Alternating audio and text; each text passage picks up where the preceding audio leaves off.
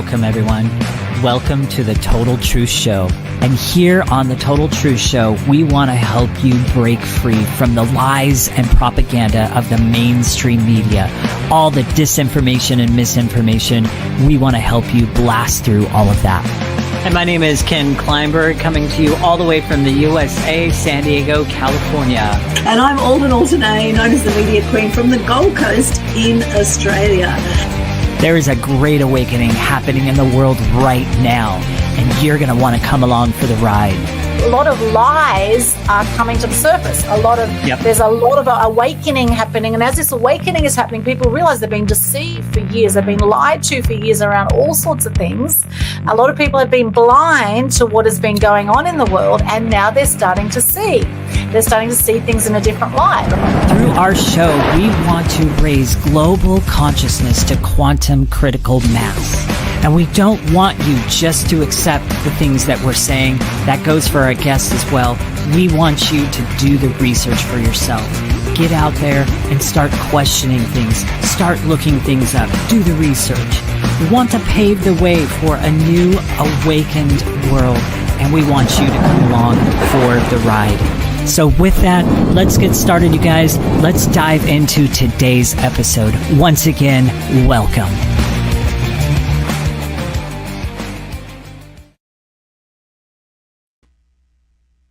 Yes, welcome to Total Truth Show, episode 116. We have been going for longer than a lot of marriages, haven't we? My co-host, Ken Kleinberg. How are you, Ken? Doing great. How about you? Excellent. Thank you so much. Thank you for joining us wherever you're joining us right now. Facebook, LinkedIn, YouTube. Hello. I am Aldwyn Altuney, your other co-host, and we have an amazing guest with us today, Justin Boyum, all the way from Austin, Texas. Now, a little bit about Justin before we chat with him about our hot topic, the truth about Cash Infusions today. Now, a bit about Justin. So Justin is a high-ticket sales strategist and creator of the one-day payday system, helping experts, coaches, and entrepreneurs, especially veterans, generate consistent cash flow without buying into costly franchises or waiting years for a lucky break. A former Army officer turned business builder, Justin teaches how to install high conversion virtual events that turn 6 to 7 figure years into 6 to 7 figure days without sales calls, complex funnels, or burnout. And his mission is to equip driven entrepreneurs with the tools to launch, scale, and profit fast and sustainably. Welcome to the show, Justin. Well, thank you so much for having me, guys. This is awesome. I love your intro.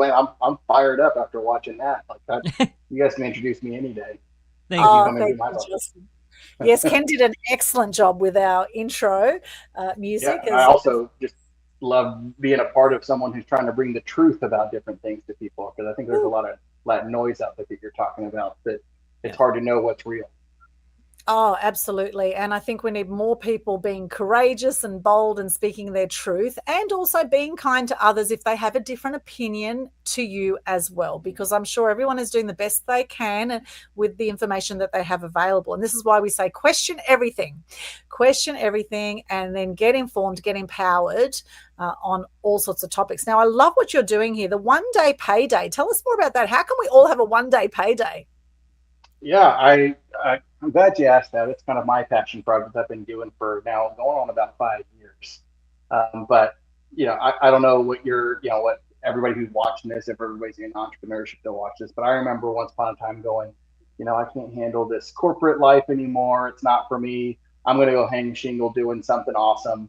And then I get on the struggle bus of learning how to be an entrepreneur, because now you're doing everything. And it's, as they say, it's the only group of people that will work 80 hours a week so they don't have to work 40 for someone else. Nice. And so I was doing that, and it was up and down. I certainly felt much more fulfilled doing it, but, had a young family, and I used to get all of my business just one-to-one. I used to just go and meet awesome people like you. I used to go physically to different places to meet business owners and entrepreneurs who could use my services. But as a high ticket, consultant, which is what I was doing, it was a sales cycle was a problem, and it was costing me like, hey, let me go meet somebody, and then go do a coffee, and then have a scheduled, presentation to see if we could be a good fit together, and then potentially work with them, and then that would take time, and that was all well and good, but I needed a different way, and then in 2020, I was kind of forced to figure out a different way because I don't know if they had it all the way over there in Australia, but over here we had this thing called COVID, right? That maybe you haven't heard of, right? And so they just shut down the ability for me to go shake someone's hand, right? At least people who that would get uncomfortable if I tried to shake their hand. And so I had to figure out a new way. I had to embrace this online idea. And I had a mentor at the time that said, hey, what's the big challenge here? And I said, well, when I talk about performance coaching and business coaching, people go like, what does that even really mean? And it's just this awkwardness to see what would fit.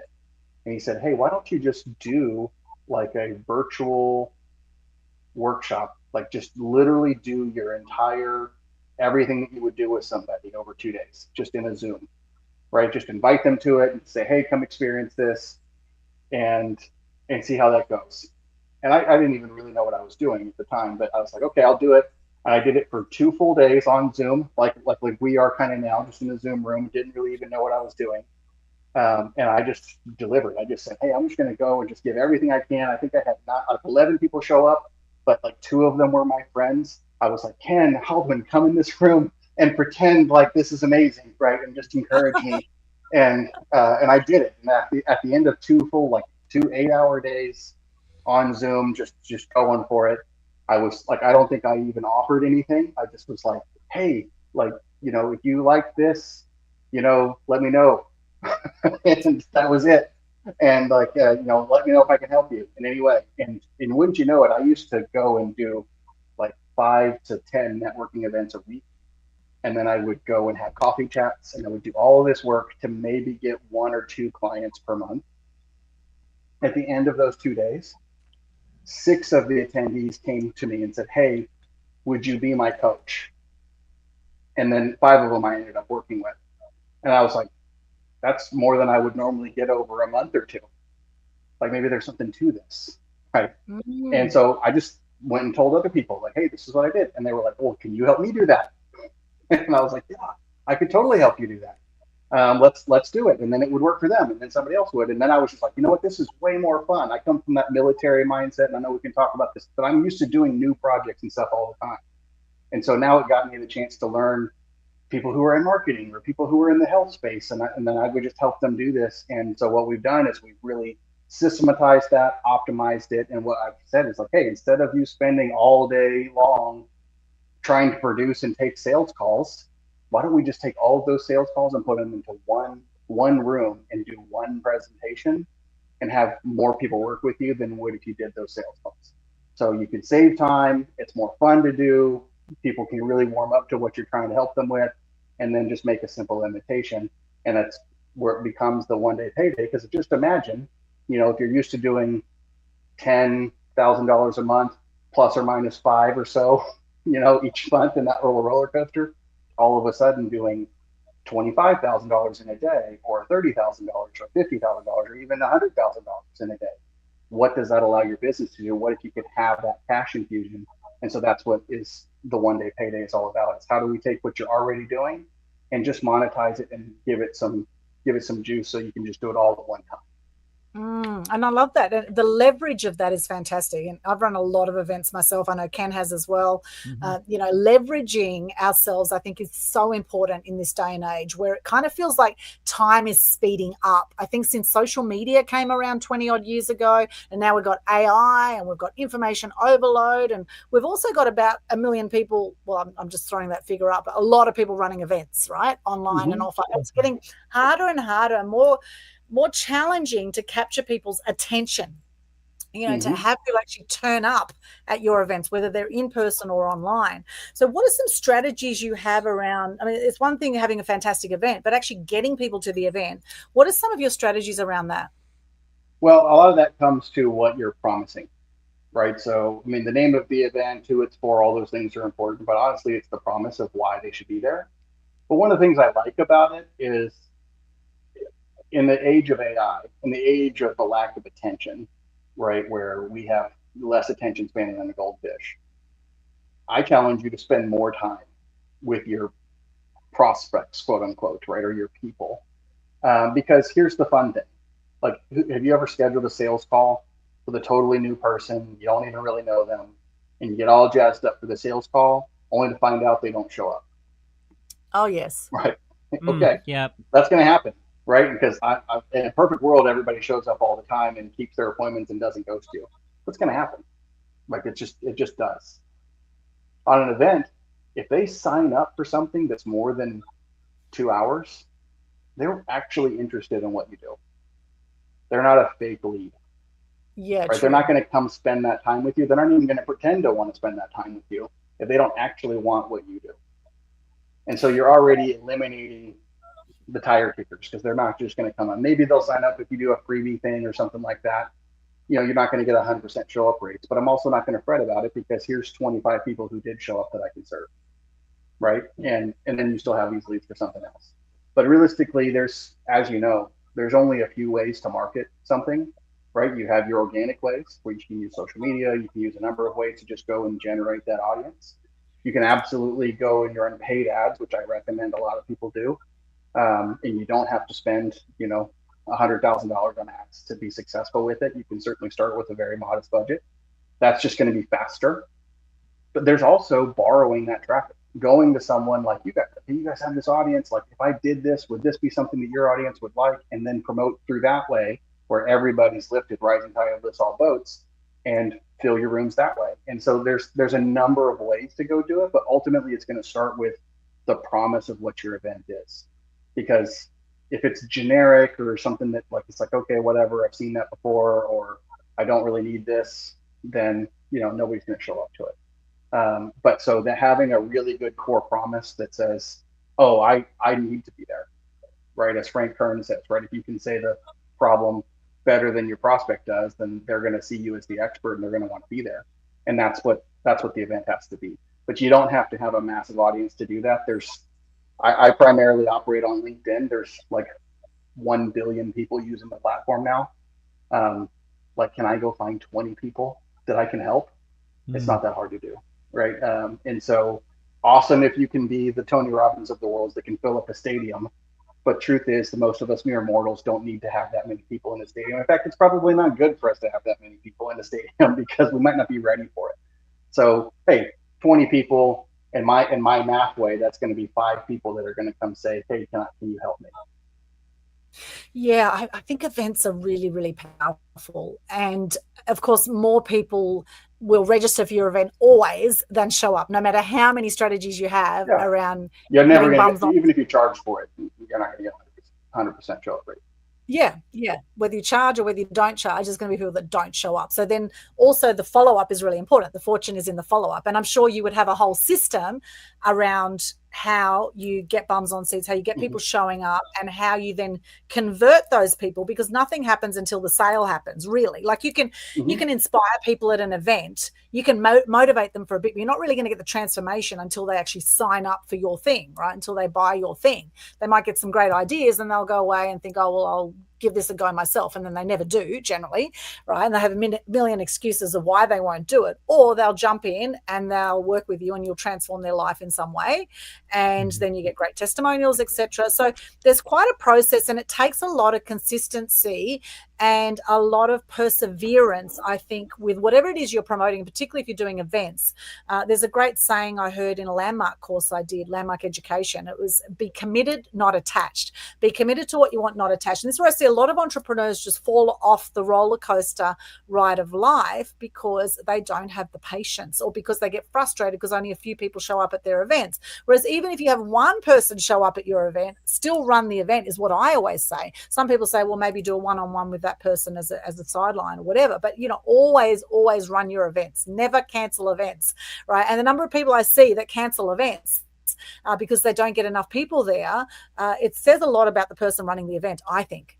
And personally, that's probably my judgment, etc. But having that consistency, that patience, that commitment to whatever it is that you're promoting, whatever it is you want, whether it's a one-day payday or whether it's, for Ken, of course, his boot camps. For me, it's my media program. Whatever it is we're promoting, being consistent with it. And then also being able to sharpen the saw as you go. So always looking at, okay, what worked, what didn't work, how can we improve that next time? And just constantly, being on the court and actually having that resilience as well. It's a huge thing. And this is where, so many businesses fail in the first 5 years. I think it's like 80% of businesses also fail in the first 5 years, and then in the next 5 years 80% of those surviving ones fail. So there's not many businesses that are still around after 10 years. And if you live in Australia where we get taxed for everything, then it's even worse. In Australia, I think we've had 14,000 or something businesses close in the last year. Some ridiculous number of businesses close.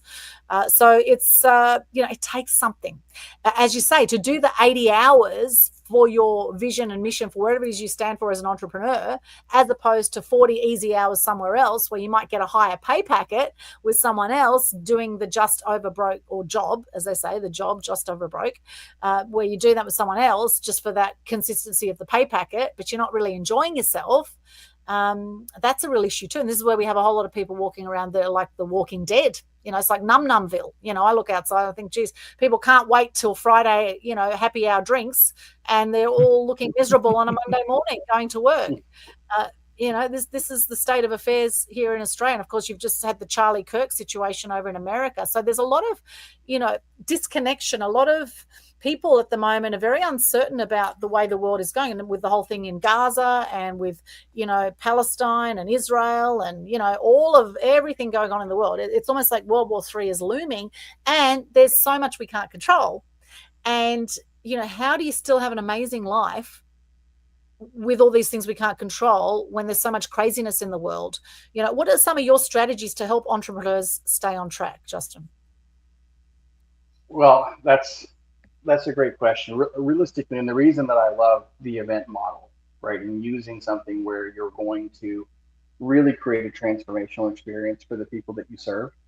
Because I can tell you one of the byproducts of doing this, one, they're fun to do, but also at the end, you're never going to, just as much as you're not going to get 100% show up rate to anything, you're not going to have 100% close rate in most cases, right? Obviously, I had a very small sample size in the first try that I did. And so, but you could look at that and go, man, half the room, right, signed up to work with me, more than half, right? And that's awesome. But there was still half the room that didn't, right? But what they're going to go do is they're going to say, that was awesome. Like, I'm going to tell my friends about this, or I'm going to come back to another one of these, and they'll be a client later. But the good part about doing this is, like, have that event on the calendar. Like, you're moving towards this, and I call them cash infusions, because it's like, man, well, if you just infuse with cash, it's like getting superpowers. And just imagine that payoff. And listen, sometimes you work it and you have to test and tweak when you're starting, especially if you're doing a brand new business. But in general, if you go and work with people who've done this before, you can build something that's going to appeal to people, and you can do it in a way that's going to produce results. But having that there, now you're working towards that. And I find that a lot of times people wait to be energized to go do things, and that's just not how the world works. Now, Ken can talk to you about ways that you can be energized and you can control and you can generate energy. I worked with Brendan Burchard and learned all about high performance habits, right? And how do we be like energized and do those kinds of things? And there are certainly things you can do that makes that easier. But honestly, getting into action is the thing that gets you the energy, right? That's what building the momentum creates that. So just be in action, even when you don't feel like it. And that's a discipline I'm not saying that's easy to do, but it's like people talk about this, and I've seen this, quoted in different ways. But, one of the core tenets of being in the military is that you have to have courage. Well, is courage something that you just have, or is it something that you do, right? You go do the thing and the courage comes later, right? Proactive. Right. You got to go get in action. I think this might be a Tony Robbins thing, but I've heard it described like the emotion, right? If we think the E is the energy, but it's motion, and they're connected. If I get into motion, it will give me the energy. And so that would be my answer to that question. It's like, okay, well, let's plan this. Like, if like our system, what we do, it starts with, hey, let's just build this mission. Let's build this plan. And now we're working towards it. Like, and so there's always something to go do. because the name of the game after you've decided to do it is how many people can I get to be there, right? And so you're never going to get everybody because there's 8 billion people to try to reach out to. You're never going to do that. So keep going, right? And that would be the answer to that question. Is like, how do I stay in motion? The energy will come with it. Yes, that's great. And Ken, what are your tips around keeping high energy or high vibe? Because we are 99% energy, frequency, vibration, right? That was proven Dr. Hawkins' scale of consciousness, power versus force. We are 99.9% energy, frequency, vibration. Energy is life. How do you increase your energy, Ken?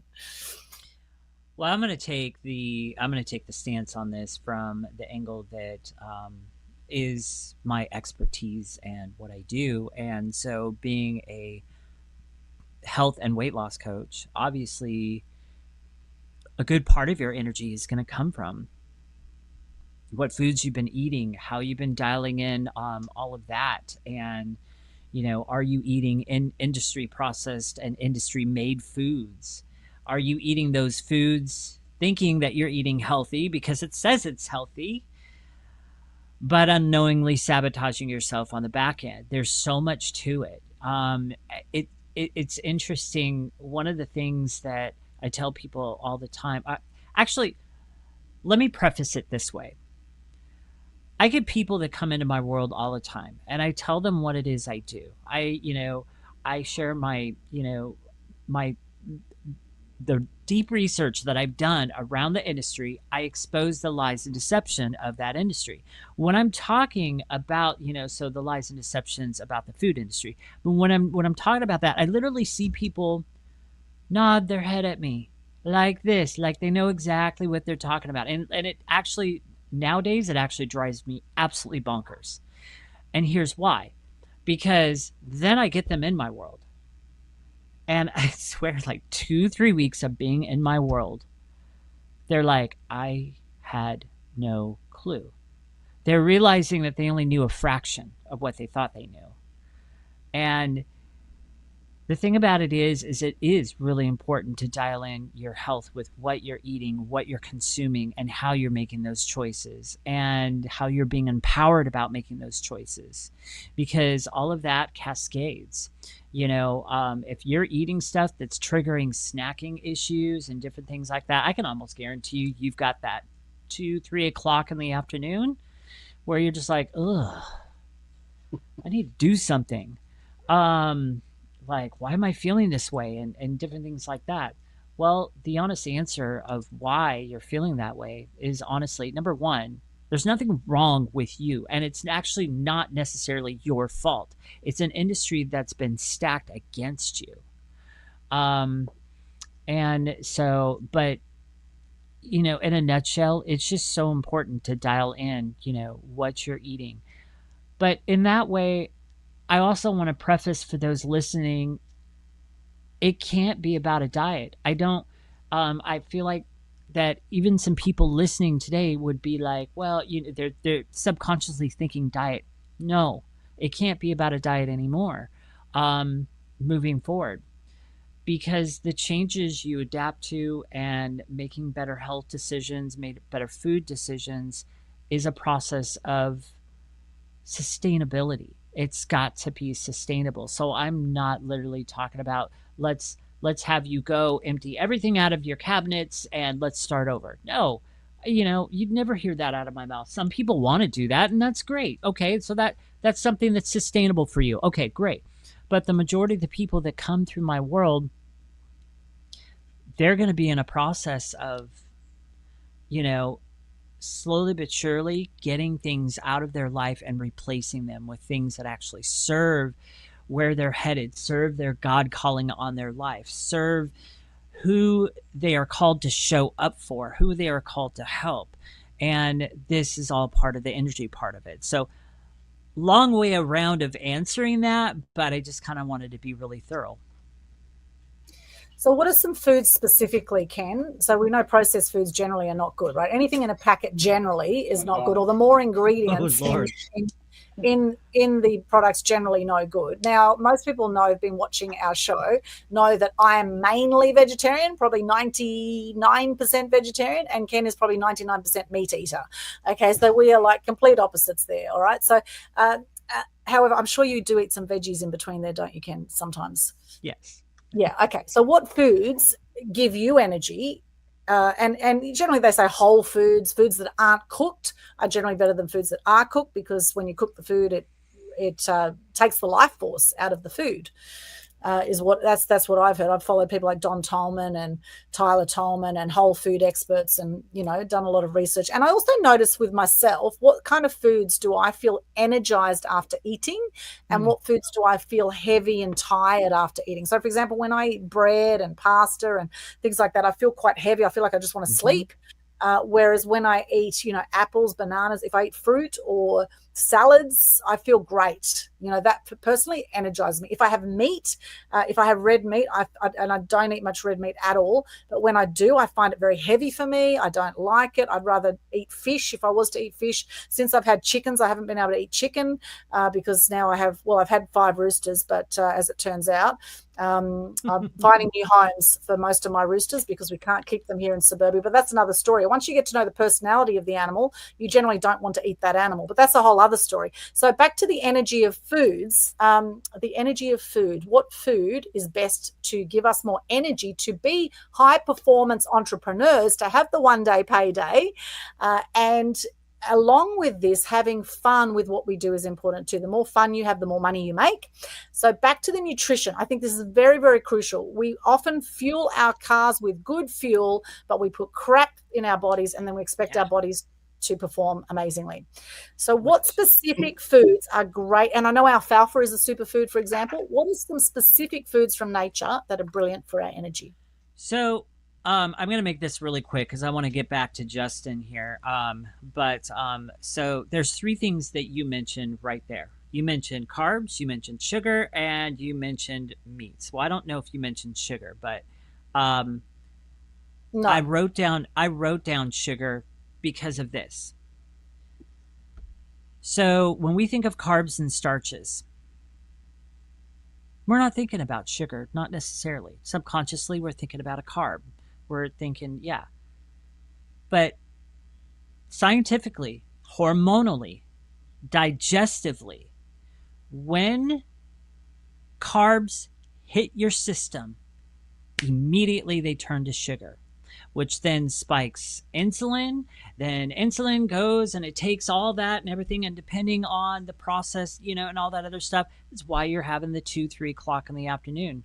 And your body's like, oh, we need more sugar. We're used to this. And so let me say this about carbs and sugars. There is no essential carb. There is no essential sugar. When you work with me or come into my world, carbs are now a tool, something to leverage. It's not something to have with every meal. You don't need it. So that's number 1, because carbs actually, when they're had with every meal and you're consuming a lot, actually produce more problems than they actually solve. But when you start using them as a tool and as leverage, now you got them working for you. So there's that. Meats.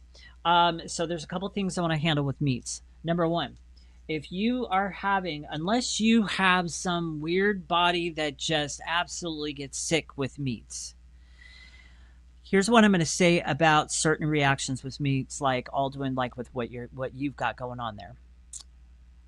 I would question. So I don't think it's the meat that's doing it to you. I think it's what the meat was fed that's doing it to you. Oh, yes, because possibly. I've had a client who she shared with me that she can't eat eggs anymore because it kind of like reacts to her body and she gets inflammation.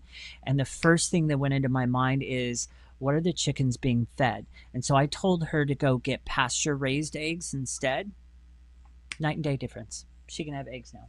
So it's really, really interesting. So meats, I'm going to say, is your highest source of energy. Because when I get people on a routine that's more protein preferized, All of a sudden, hunger issues go away. All of a sudden, snacking issues go away. All of a sudden, their energy is more sustained. All of a sudden, all these things automatically come into place. And Justin's raising his hand. He's like, yep, me. Love it. The proof is in the pudding. Client after client after client that have come through my world has the same thing to say once they start changing things around. It's like, oh, my snacking issues are gone. What happened? You're eating satiated foods. You're not eating crap that's not actually serving you. So that's what I'll say. Back to you, Justin. Yeah, I would just echo that. Again, I'm not a dietitian or somebody who really knows this stuff. I've just kind of tested things out. It makes a lot of sense to me to be protein heavy, and I've done that, and I feel great when I'm sticking to that. I did for a while where I only did basically red meats, and at first it's like, okay, I just told myself, like, I'm not going to let myself just be hungry, and so I would have, like, I did a day where I was doing like 2 ribeyes, or I would do New York strips. Right. And I would just go, but then I got to the point where my body's like, I can't process that. So then I would go, like, I don't need to eat for 2 days. You know what I mean? Like, sometimes, like, I could just go and I'd be like, yeah, I don't need to. And you just get adjusted to that. But I would feel great. I would sleep better. Right. So, I mean, that's my 2 cents on it. Again, I would lean on Ken as the expert. There's probably more to it than that. But I echo how the benefits of eating meats, because you think back, a long time ago, like, what did people eat? Like, they went and, they hunted game, and they maybe picked out some berries and stuff, like, and that's what they ate. That's exactly it. Yep. So, and so anyway, I echo that. It's very, very important to have energy. And then obviously, if you're going to do something like what I'm doing, where you might spend 4 to 10 hours with your people, you got to have good energy for that. So. Yes. Yeah. Thank you for that. And it's interesting. I have people in my life who love their meat and, other than Ken, there are other people that actually love meat and eat a lot of meat and swear by it. And then there's others that are vegetarian or vegan and swear by that and say they feel amazing, and also have really great blood tests and everything. So with the protein now, if for those who are vegetarian or vegan, what are some great ways to get some protein into your body if you don't eat meat? What are some good foods for that? That, I'm afraid, is going to give you an answer that you probably don't want to hear. I'm going to say most of the protein vegetarian sources that are in the world today, like soy, like legumes, things like that, those two things are the most popular. First of all, soy, and then I want to get off the because I don't want this to be all about me as a health coach. I want to make sure Justin's spotlighted on this. So, in regards to soy, I'll say this. The Western culture treats soy as it's on a throne, like it's the king. All right. And so my coach actually recently, because I wrote a resource booklet on it, is soy really all hype? And in a sense it is.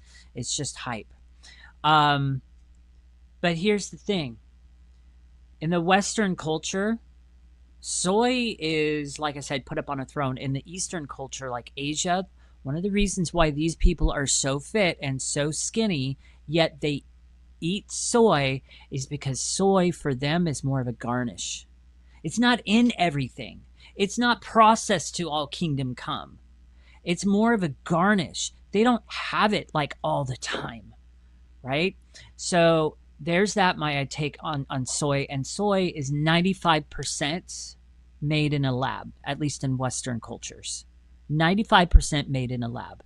So is it a protein source? Yes. Is it a good one? No. Legumes is another common one for vegetarians.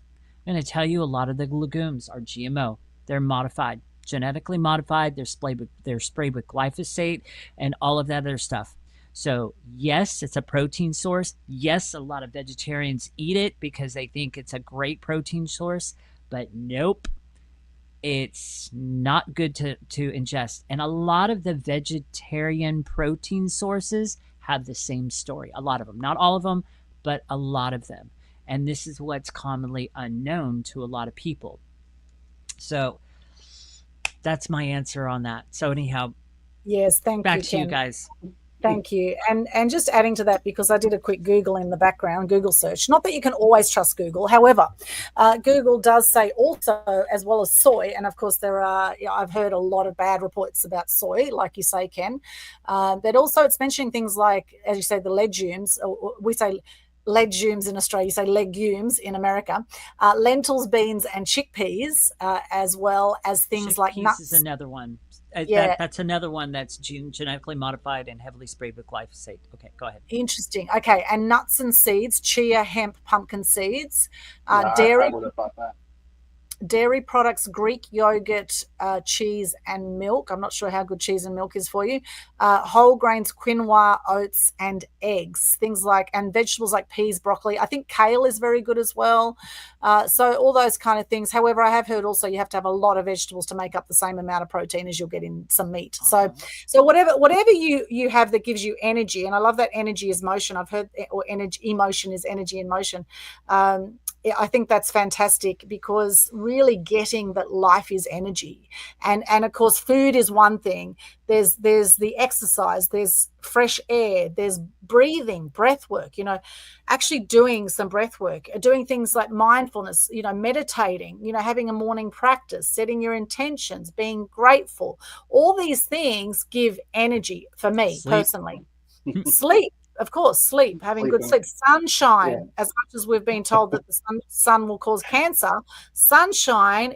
In the old days in hospitals, they actually used to put people out in the sun for part of their healing. They used to take their hospital beds and put them out in the sun for their healing. I saw something on socials about that the other day.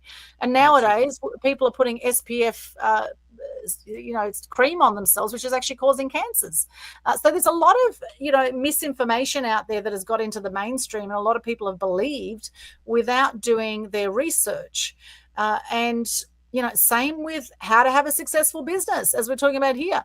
How to have the one day payday, and how to have it consistently, not just on one day, but actually how to have. I kind of look at it like business is like a tap you turn on and off when it comes to cash flow.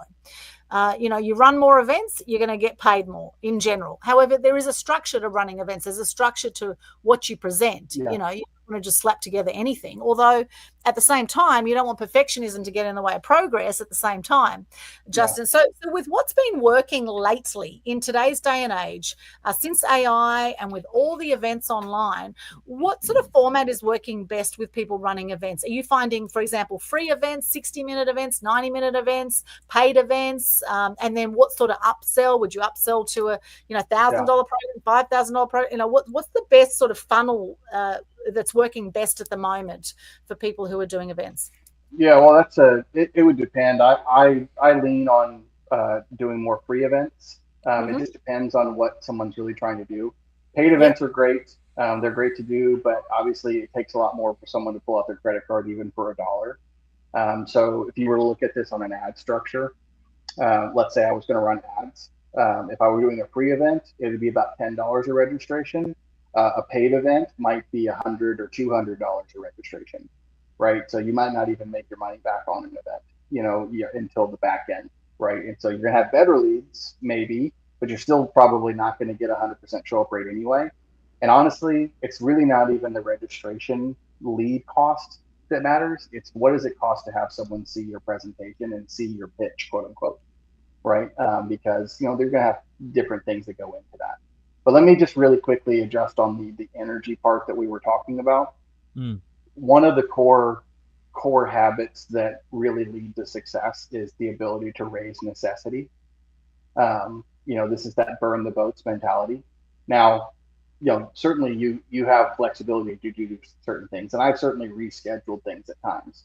But when you've got an event and you've promoted and you've told people you're going to do it, like, you got to go do it. You got to have the necessity there. And that breeds the ability for you to go and have energy, right? It's like, I have this project and it's due in 2 days and I haven't done it. I better get to it, right? Or it's going to be painful, right? And so that is something that kind of help with this. So certainly the things that I would say, my favorite way to run a one-to-many experience is a half-day masterclass.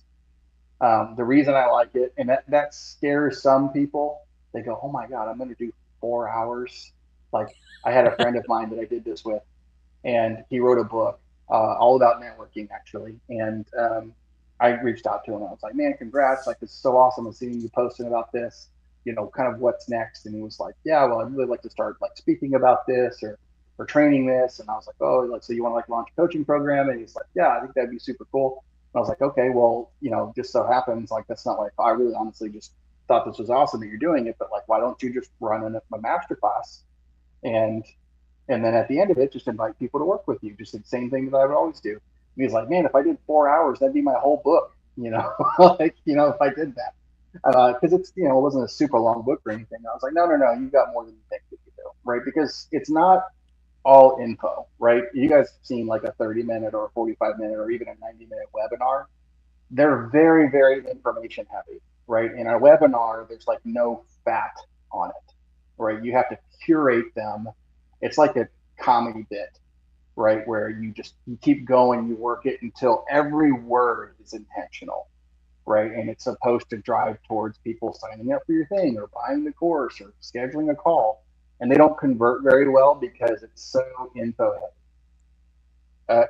A one-day payday, right, is really much more of an experience. And it's designed for you to actually interact with your people, right? And the science behind this, once upon a time, we've probably all seen this sales graphic. If you've ever done anything in sales, right, they were like, how many touches before someone buys, right? And it was like at 7 touches was kind of the peak, right?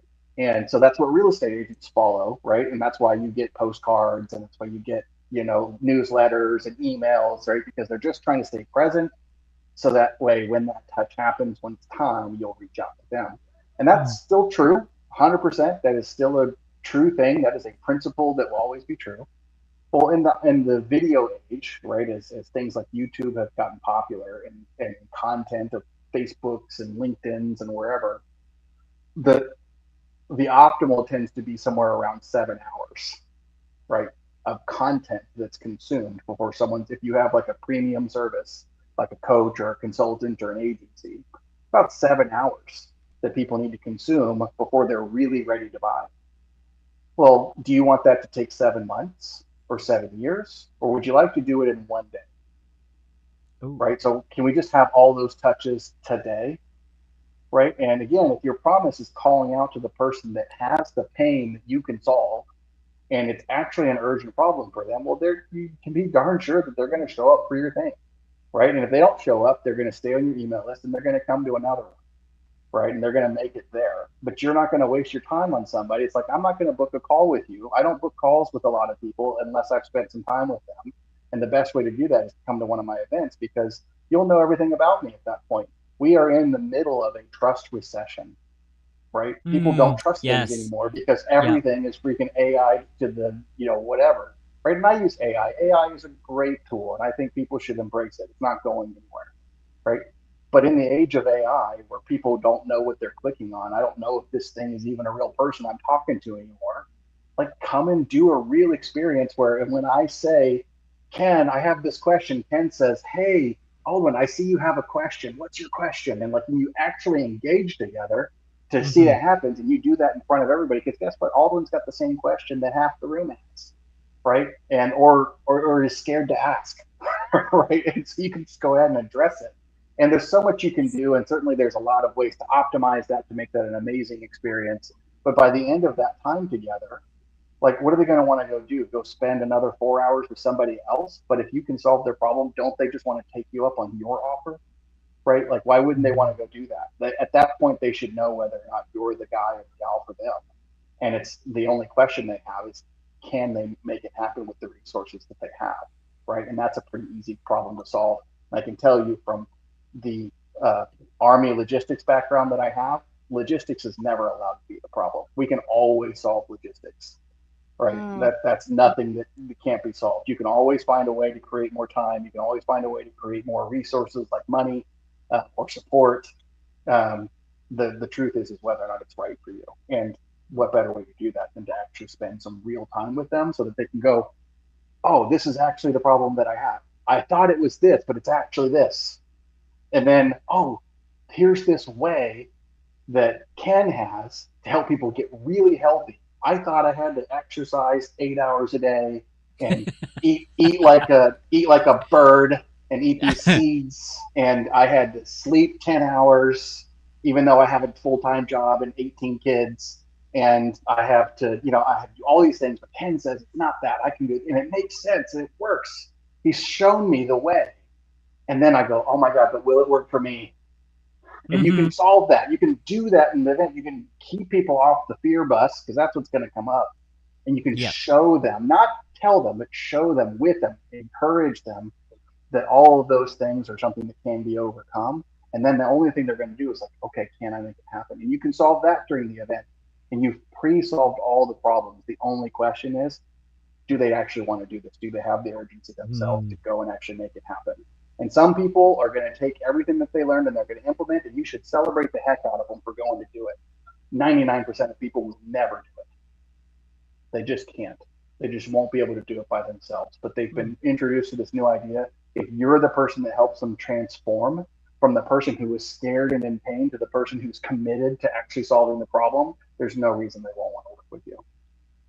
That's the power of doing an event. And you do all those 7 touches and you solve all of those challenges and you help them be a new version of themselves. That's what we do in a one-day payday. That's why it works, is because it's a transformational experience that they actually have with a real human being. And by the way, I do it online. You can do an in-person event, but guess what? I got to reserve a place. I've got to have food and water. I have to make sure that they can show up, and people have to get there. I can pop up and I can announce an event for what day is today. As of today, we're filming this on a Wednesday. I can do something on Saturday and have them there, right? Even if I haven't announced it yet. That's the power of doing it virtually. And guess what? If no one shows up, it only costs me a day, right? That's okay. Yeah. I can do it again, right? True. If let's say 10 people show up and they all think I'm a hack, right? That's okay. I can just do it again, right? I can just do it again in a week, no problem, right? So there's just so much power in it.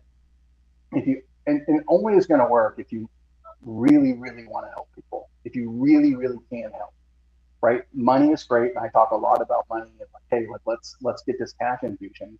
But the cash comes because you're actually helping someone. You're actually solving someone's problem.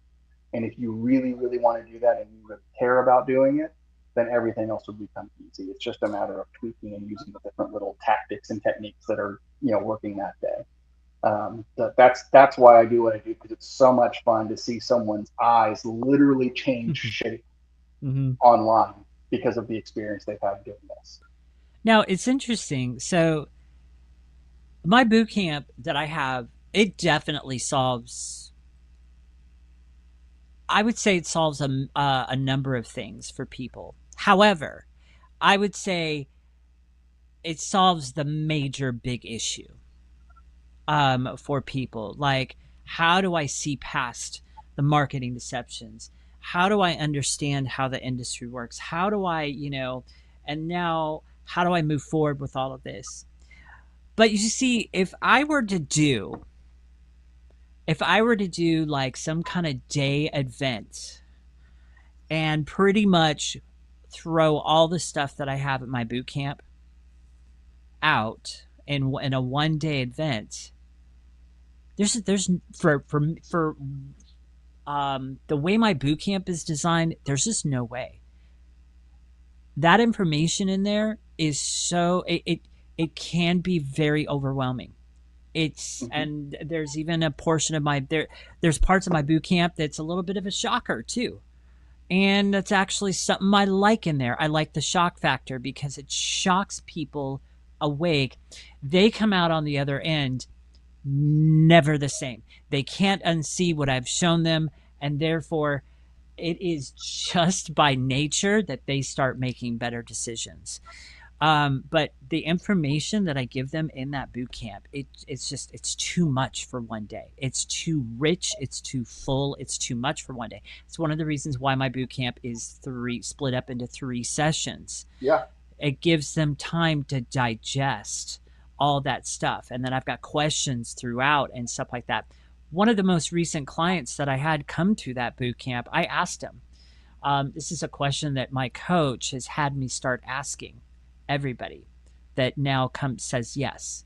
So I asked him the question, why did you say yes? What was the kicker that pretty much got you to the point to where, here's my credit card, take my money, here, I want to sign up for your boot camp. This particular person said the most powerful thing to me that I was just like, see, that's exactly why I like where I'm at right now. I'm not looking forward to the day where I have to go to group coaching. But I am excited about that day, but I'm not looking forward to it. He said to me, it was the one-on-one factor. And that goes back to the value of what you were talking about, Justin, is having that one-on-one, that real experience. And that's also why I haven't automated my boot camp. In other words, made videos and people can just go sign up and do the video. No. I don't want that, especially not for what I teach in my boot camp and what I expose in my boot camp. I want it to be personal one-on-one. And then, I know the group coaching part of it is not going to be that bad. Because what I'm going to do with that when it comes time to open that up is I will have a VIP upgrade so that they can get the one-on-ones with me. If they want the one-on-ones, they have to upgrade to get it. Yeah. It depends on the offer, Ken, if I can support you, right? Some offers are made where they have to be delivered one-on-one, and then you have to decide, okay, the value exchange for you to keep the lights on, does that necessitate that it's a much more premium experience, meaning that you would have to charge more? And we may or may not have talked about this, but when you're growing a business, and so anyone watching this, whether you've started a business or not, like, you've got to have a high ticket offer, right? It's just the most efficient way to grow your business, right? Because it's way easier to sell three $10,000 packages than it is to sell $31,000 packages, right? And then $300 $100 packages, right? It just is easier to do that, and that might feel like a dichotomy to people. So if you're hearing that for the first time, trust me, that's the best way. And the fastest way to sell a high ticket offer is through an event. Yes, right? It just is, right? It's like running. I equate this to running, right? It's like, okay, if I wanted to run faster, there's only two things I can do. I can have a higher stride, a longer stride, or I can take more steps faster, right? It's stride versus frequency. And so the truth of the matter, the truth of the matter is I do have my premium offers on the other end of my boot camp. The boot camp is my flagship. That's my front. It's pretty much my lead magnet, if you will. That's my That's my you have an ascension model, which is great, and that's perfectly well done. And I would say, if doing it all in one day is too overwhelming, you could certainly move and you could break it up into like what we might call like a challenge model or like a 3-day workshop or whatever. That's a good idea. And that can be done. But the reason I like the one-day experience, because unless you've got a major audience, meaning you have like an email list of, let's say, at least 5,000 people, right, that are engaged. And if on social media, probably you're going to want to look for something that's more like 10,000 plus, right? Because a social media following and an email following are completely different. If you're not going to expect 100 people to be there, right, then a challenge model becomes harder. It starts to feel like a lot more work, right? Because you've got to get that energy. But then you have, let's say you're doing a 5-day challenge, which I've done, and they're awesome, by the way. Like that's the best version, is to do a 5-day experience, but you want to do that with a lot of people in the room. And the reason is because you now are depending on showing up awesome on Monday or day one, delivering massive value, and then doing like the TV thing, right? Tune in next time to find out what happens. And people are going to leave and then come back, right? And that is a very difficult thing to do. And so typically you're going to see, in most cases, especially if you're running ads to like a cold audience, 50% of the people are going to leave. They're going to leave. They're going to dismount from day 1 to 2. Right. And so then then usually you can hold on to that. And there's different ways. I've certainly had some that maintain the whole time, but it's a lot of energy you've got to maintain. There's a lot of different mechanisms. You have reminder sequences and clue ins. You've got to give them things to do, and you have to really curate it. And then by the end of that, obviously your conversion rate is going to be really good. Obviously you get multiple attempts at that. Right. So there's different advantages, and you can absolutely do it that way. The reason I like the 1-day model, it's like, hey, we're all in this together. We can find this out now. We can answer all the questions. And again, if it doesn't work for some reason or it doesn't produce the results you want, it only costs you the day. right? Whereas, and I've done them, and I had somebody do this, and they, and it was okay. They did fine, but they had like 17 people at the start, about 10 people on day 2, and by the end of the week, there were about 7 people, right? And you start to feel like, man, this is a lot of work for 7 people, right? And it's not. I don't mean that in the hard way. They showed up, and I crush. Super proud of them for doing it that way. But it starts to take a toll, and you're going to turn around and do I want to do this again? And that's where you can get discouraged. And if you can get discouraged, then you can be defeated, right? And so we don't want that to happen. Is with them. So it just depends.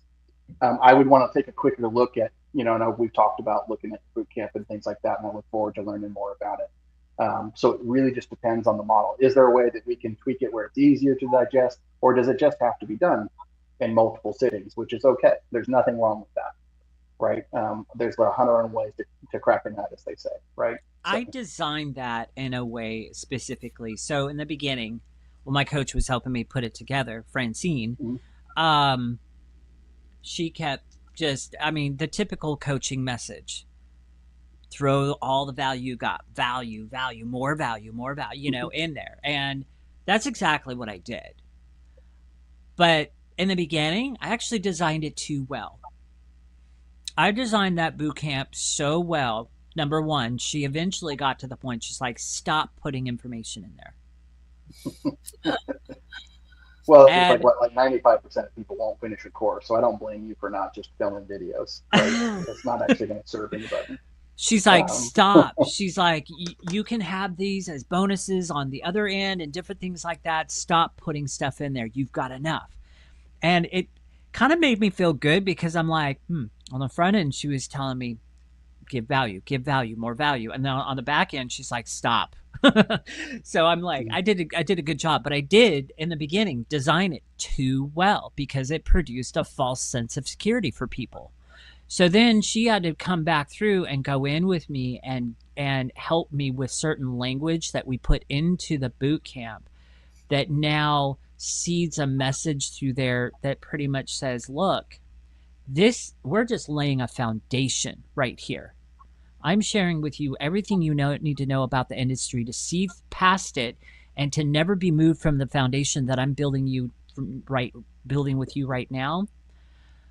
But this is just the foundation. Now, there's a whole journey for you ahead where you're going to have plateaus. You're going to struggle with mindset issues. You're going to struggle with this. You're going to have those times where you fall off the horse. You have a horrible week. You ate horrible that week. You feel horrible. You want to quit. Is this even working? That is what I'm here for you moving forward. Those are my premium packages, right? So we had to go in and restructure some of the wording in there to basically seed the message through there. This is not the end all be all. There is still a whole journey, right? And that actually has made a difference. Because of that, I've now gotten a few premium clients since we put that messaging in. So that has been converting as well. So that's really awesome. I encourage you. I think that's awesome. And again, there's nothing wrong with that. Hey, let's start here. Let's start with this engagement. In a way, events are kind of like a lead magnet, right? It's like you can bring them in, let's see if we can solve it, and you can do it another way. But that's a great way to do it. The reason I like hey, let's do this big conversion event and have a premium offer on the back end of that.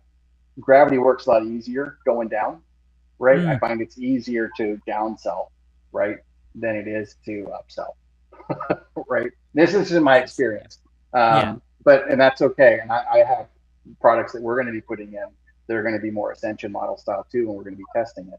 But yours effectively is an event, but it's like a one-on-one event, which is awesome, right? Which is super cool. So I bet your conversion rates are really high after they go through that.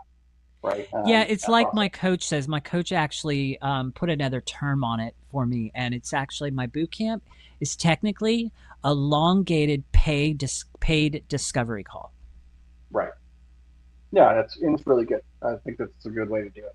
I bet there would be ways to optimize that. And then the other thing is, I mentioned this before, and then we kind of went down some different ways, and you guys just I geek out on it. I hope that welcome to the Total True Show. Right? That's the way we do things. Okay. We kind of go on these different paths. I was saying some offers, it's you have to be careful. They might just be better one-on-one, right? Because you got to think about how sensitive someone may be. right? Like, so relationship coaching is one where you can still do events, but you have the types of events matter, right? Like, so, you would want to do one that's like, you know, divorce coaching one, right? You know what I mean? Like, you could do it, but do people really want to air out their stuff in a group? You know what I mean? Like, that's the challenge that you have. So you can still do them, but you have to be careful. And so some things lend themselves better to one-on-one, but also some things lend themselves better to the one-to-many because they feel less invasive, right? So I can come in and I'm interested, like I want to solve this problem, but I don't feel like I have to expose myself on a one-on-one discuss like I would on a one-on-one discovery call. So it's like I can dip my toe in that water and see if I'm really ready, and then they can still open themselves up, living vicariously through your stories and the questions that are asked by other people, right? And then they can poke in some questions. And there's some really kind of cool techniques where you can ask questions in a way where it almost takes them personally off the hook, but the answers are their answers, right? You know what I mean? And so you can look through that. So I'll give you a case in point, like when we've done surveys. So, hey, Ken, what do you think the number one thing that X type of people struggle with when it comes to Y? When you answer that, if you're in the category of people that I've asked, the category of people that I've asked, whatever answer you give is likely your personal answer. But I've given you the excuse to say this is what other people struggle with. Does that make sense? Yeah. I'm not admitting that I do it, but this is what I think most people struggle with, when truthfully they don't know what most people struggle with. They know what they struggle with. It's kind of like the tactics. So one of the tactics that I've just recently really just honed in and learned is, so when I want to get really blunt and kind of slicey dicey with what I'm about to say, it can be a really good trick to bring that message out and use the third person, because then they're not, they're not like thrown off. They're, it's received a little bit better. Recently, there's a new messaging campaign that I'm working on and different things like that, and the whole message behind it, it's pretty bold, it's pretty in your face, and it's pretty slicey and dicey, and it has to do with the health industry and all that other stuff, right? It has to do with people and what I see and, all that other stuff. But I had to go back in and I had to switch it to third person to make it feel better. So I didn't change the core of the message. I just made it kind of indirect. So people are still hearing it, they're receiving it, but they're not feeling so... I don't know what the word you want to use. They're not feeling so... It doesn't feel like they have to expose themselves, right? Huh? You know what I mean? They don't have to feel like they themselves are admitting to anything. Yeah. And so because you're living through the story, like I always like to say, I want to teach things based on principle, right? Can you do things that are based on principle? They are things that will always be true, even if some of the tools that we use may change. Like there's a difference between like principle and then like tactical type stuff. Right, strategy and tactics they're not the same thing. We are all having this discussion. We might have done this like if it was 50 years ago, right? We would have had to go to some coffee house or bookstore and like tell people we were going to have this conversation publicly, right? And do it that way, right? It would be a fireside chat or whatever, right? Now we're doing the same thing we would have done, except we're using the power of podcast or we're using the power of the internet to do this same discussion, but the principle is still the same. And truthfully, the way that you can help people transform, right? And that's what you do, Ken, right? That's what you do, Aldwyn. You help people transform in really powerful ways. This is a biblical principle, what I'm talking about when it comes to doing events. It's we were shown the way. If we believe that Jesus was who he said he was, he could have just waved his hand and said, let it be so. But he built his movement telling stories and having live events, showing people another way, and called them to him. He did it through story. Now, he did perform the miracles and all those other things, if you believe that. but his actual movement was built on hosting events. He was teaching. It's That's what he interesting to did. think of it that way. It's And definitely interesting. that is always going to be the way. It's always been the best way, right? But now we have the advantage of the internet, that we can reach more people anywhere. And I would say this, like your business should be built on a movement. It should be built on a message that has a movement behind it. If I were to use military language, it would be mission behind it. Technically, mine is, I think. I Mine know is I know not. it is because Yeah. we've already talked, but that's absolutely the way. And the reason that can happen is because that's what draws people in. What did Jesus do when he get there? Did he just literally read off a list and say, these are the things that you should do? Or did he tell the parables? Did he tell stories that helped people understand and see themselves in the story so that they could achieve the transformation and go a new way, a way that was totally opposite of what they've been taught their entire lives? Oh, that's so good. That's the power of doing an event. You cannot do that on a PDF. You cannot do that in a course very effectively because most people, they won't stick with it, But if you have a container where you're looking at them in the face, like we are looking at each other right now, looking at them in the virtual face, right? And say, this is the way. And let me show you and demonstrate for you why this is the way. They can see themselves in the story. They can see themselves in the principle. And they can go, yes, that's always true. I didn't think of it that way. And oh, by the way, now we can figure out, okay, how can I make it work for me? You can address that. And then how can I get other people to support me and address that? And then invite them to actually take that step, because now they went from I'm interested to committed to doing this. That's the power of doing it with the event model, because you cannot do that on a 30-minute webinar, and most of the time you cannot do that on a cold discovery call when the first time someone met you.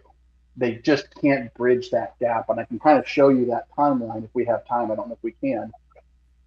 But ultimately, there's really kind of 4 identities that are happening, and you have to get into that final identity for someone to sign up for like a high-ticket premium service. Somebody will throw $100 out or $50 out or maybe a couple of $100 for something to try to solve something. But when you have a real premium solution, they have to be totally committed to that. Right? Someone's going to spend $5,000, $10,000, $20,000 with you. Right? They've got to really be all in. And you just can't do that on a 45-minute webinar or a 10-minute PSL and then a discovery call. Yes. It's a false positive that you did really good marketing and you got someone who's maybe the avatar, but then you're still only going to close like 10% of them because you can't move that far in an initial call. They're going to go, let me think about it. Let me go talk to my spouse. Let me go see if I can move things around. And then I hate that one. Let me go talk to my spouse. I hate that one. Then ghost you. And it's because they haven't become the person that they need to be to say yes to your offer. Yeah. Right. And that's why you do it this way. And so if we have time, I can kind of go through that, but I'll get y'all's reaction to that before I move into it. Yeah, I'm loving this conversation, and I absolutely love events. I've been running events myself for years. In fact, I'm just about to do 3 in-person events in the next 2 months, in person on the Gold Coast. Yeah. In-person is awesome too, by the way. I don't mean to be anti-in-person. There's actually no replacement for that. That's the most potent way to do it. They just require a lot more. They just require a lot more logistics, which is why I like to do the virtual ones. And a lot more time. And that's one of the reasons why I don't do a lot of in-person events. I have no problem with them, and I love the experience. But with my schedule and all the moving parts, I really value my time. And so that's why most of my presence is online. Yeah, absolutely. And online's fantastic. I mean, what we're doing right now is an event, right? We actually set this up. It is an event. A LinkedIn event. We have people that watch all our shows. Like, we have people that absolutely binge our content. And there's some people that just tune in, tune out and whatever. It's like, well, if you really love the content and you love our stuff, then you've got to give people stuff they can binge. I think give people snippets of content as well with your marketing. Like, we do a lot of stories and reels of 1 minute, 3 minute. We do lots of that as well. And I'll just Ken's just run to the bathroom. So while he's running to the bathroom, so we'll talk about events. Now, I also do a lot of online events. So I've done a lot of webinars. I've done, webinars on brand building, on how to get free publicity. In fact, I did a 4-hour workshop several times called Free Publicity Secrets Masterclass, right? It was all around teaching people how to get free publicity, how to get on TV, radio, print, etc. And I used to run 4-hour events with a 10-minute break, right? I was so on fire with my content. And we were selling tickets for this event for $197. This was actually the last one I did, I think, was January 2024. It's been quite a while since I've done that 4-hour masterclass. And always it would be leading people into our Mass Media Mastery program, which is a lifetime access program and, around the 10K mark, right? So, this is where we'd lead people. Now, some people would buy it, some people wouldn't, some people would be raving fans. I mean, we do events actually every month with the Global Good News Challenge. So at the heart of everything I do with my media business, because a lot of people know that I worked in traditional media as a journalist for 20 years, over 20 years, right? I've had my own media business for 20 years. So I've been in the traditional media world and I've embraced the social media world, hence the Mass Media Mastery program, right? Because now it's not enough just to be on one media platform, not just to do one form of event. I think also, I think we need to give people content in multiple ways, in ways that they like to consume it. So I want to come back to the 4-hour event you were talking about, and what is the best format for that? So, I mean, I would do it with just a 10-minute break, which for some people might be a bit too full on. They might need to, and I'd always say, look, if you need to go to the toilet, you know where it is. You're at home, you know where your toilet is. When you're at an in-person event, you'll go, the toilets are down here. But, you sort of joke around. Well, I have a lot of fun with the events. I absolutely love it. But with your 4-hour ones that you do, what's the format that you use for that? And what are some of the strategies and things that you put in place in the 4-hour event that will help people say yes at the end? Right. Well, it kind of follows a different, like we have a session breakdown that we do. There's a certain pathway, and this is just a psychological, this is done from like psychological study of like what pathways do people need to take. Like I said, there's really kind of like if we were to look at somebody's market, right? I want to answer your question, but let me kind of share this really quickly so that way you can see this. If we were to take all the people who are interested in like improving their health, like let's just keep Canada as the example, right? 100% of that market is in pain. They have pain of some kind. Mm-hmm. They may not even be aware of what the pain is, even truly, right? But they know they're in pain. We can go in a portion of that market, we'll say about 25% of the market actually knows the problem that they have. So it's interesting. Only 25%, really? Mm-hmm. Only about 25% really, really knows the problem that they have. Interesting. Like truthfully, they're in pain, but they don't necessarily know what the actual problem is. 4 or 5% of the market, and again, this is going to be within the problem people, but they're represented in the entire market, right? Are aware of the solution that they need to solve that problem, and they're just looking for somebody to help them solve it. Those are those cold discovery calls that, oh man, I got on with this person, and 25 minutes in, they signed up for our thing. They were already problem and solution aware, right? They already knew that. That's why it works so well. It's a false positive in most of those cases, unless they did happen to be the kind of person that consumed 10 hours of content, knew the team and all that other stuff, and they'd already been like, yeah, I'm all in on Ken, right?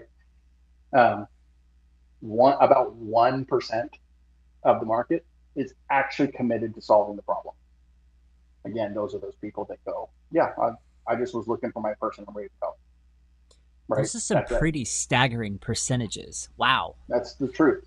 Now, right? What about the larger percent of people? You've still left out close to like 70%. So what about the 70%? They're all within that window. Think of it like a big graph, and I'm going a bullseye, right?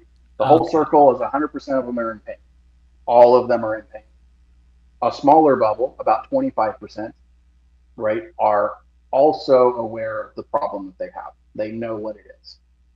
5% know the solution to that problem, and 1%, the bullseye, is committed to doing that.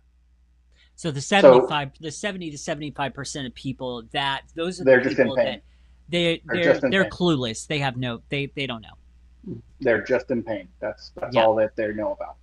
Now the challenge is, we as marketers, right, and all of you can speak to this, right? What we want to do is we want to try to market to those people who are committed, right? Those people who are really solution aware, right? Because they're closer to the hole. I can tap that one in and get really good. Problem is, everybody's doing that, right? Everybody's trying to get those people's attention, and so your ad costs go up, right? If you're really dialed into that, and the work that you do to get in front of those people and make those sales. What if you could market an event to solve the pain, which is 100% of the market, and I'm going to spend more time with them, so I can help them go from pain to problem to solution to committed. You can't do that in a 45-minute webinar or a discovery call, but I can do it in a half-day masterclass or a 5-day challenge, right? And now I'm the person that took you from pain aware to problem aware to solution aware to committed to doing it. So why wouldn't you want to work with me or with Ken or with Aldwyn, right? Powerful. So that's the process. That's what we're trying to do. So how do we do that? Here's the psychological process. Like when we do our format is we're going to have we have to train people to engage the way I want them to engage. We take ours, and I don't know if this is politically incorrect or not, but we want our events online to kind of be like what I would call black church, right? I want them raising their hand. I want them saying amen. Yeah. I want them engaging with us. The truth is a lot of people, when they go to an online event, they think they're going to be sneaky and have their camera off while I'm doing my emails over here and I'm doing all this other stuff. And the truth is a lot of people will still do that, right? And that's okay, right?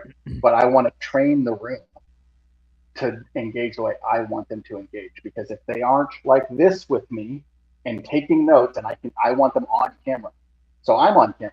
I come in there and I immediately start saying, get on camera. And I show them, and I train them to do exactly what I want to do. Get them in the chat, doing things, get them in the mindset that they need to be, similar to how you might do for getting ready for your calls, right? Get into the state. I want them to be in audience state, right?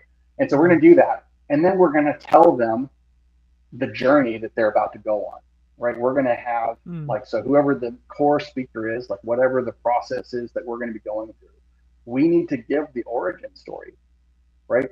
People need the origin story for why they're there, right? So, and it's not like if I was going to do an event with Ken could tell us his life story. Long time ago on a dark Wednesday, rainy afternoon, Ken was born, right? Or whatever. And we could do that, but that's too much. What I need is I need the origin story for how Ken earned or learned the amazing thing that he does.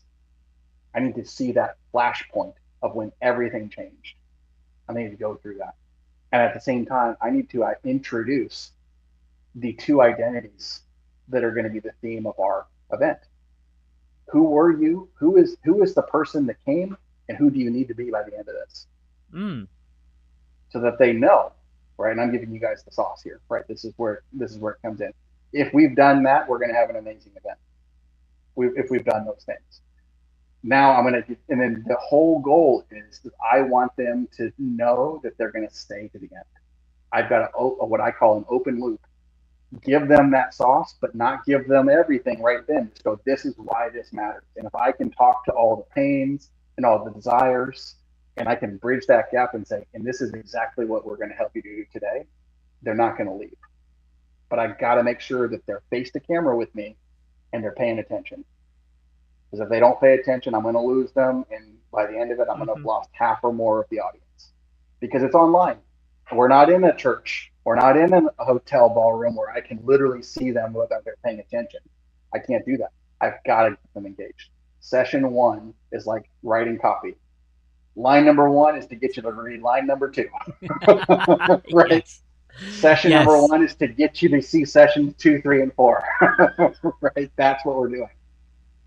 Then it's all about you. Like, okay, tell me how we're going to solve this problem. What's the unique way? And it should be your unique way of doing things. And that doesn't have to be something that, is totally brand new unicorn. In fact, I probably wouldn't even recommend that. But like, how's the process work? Take me through the journey.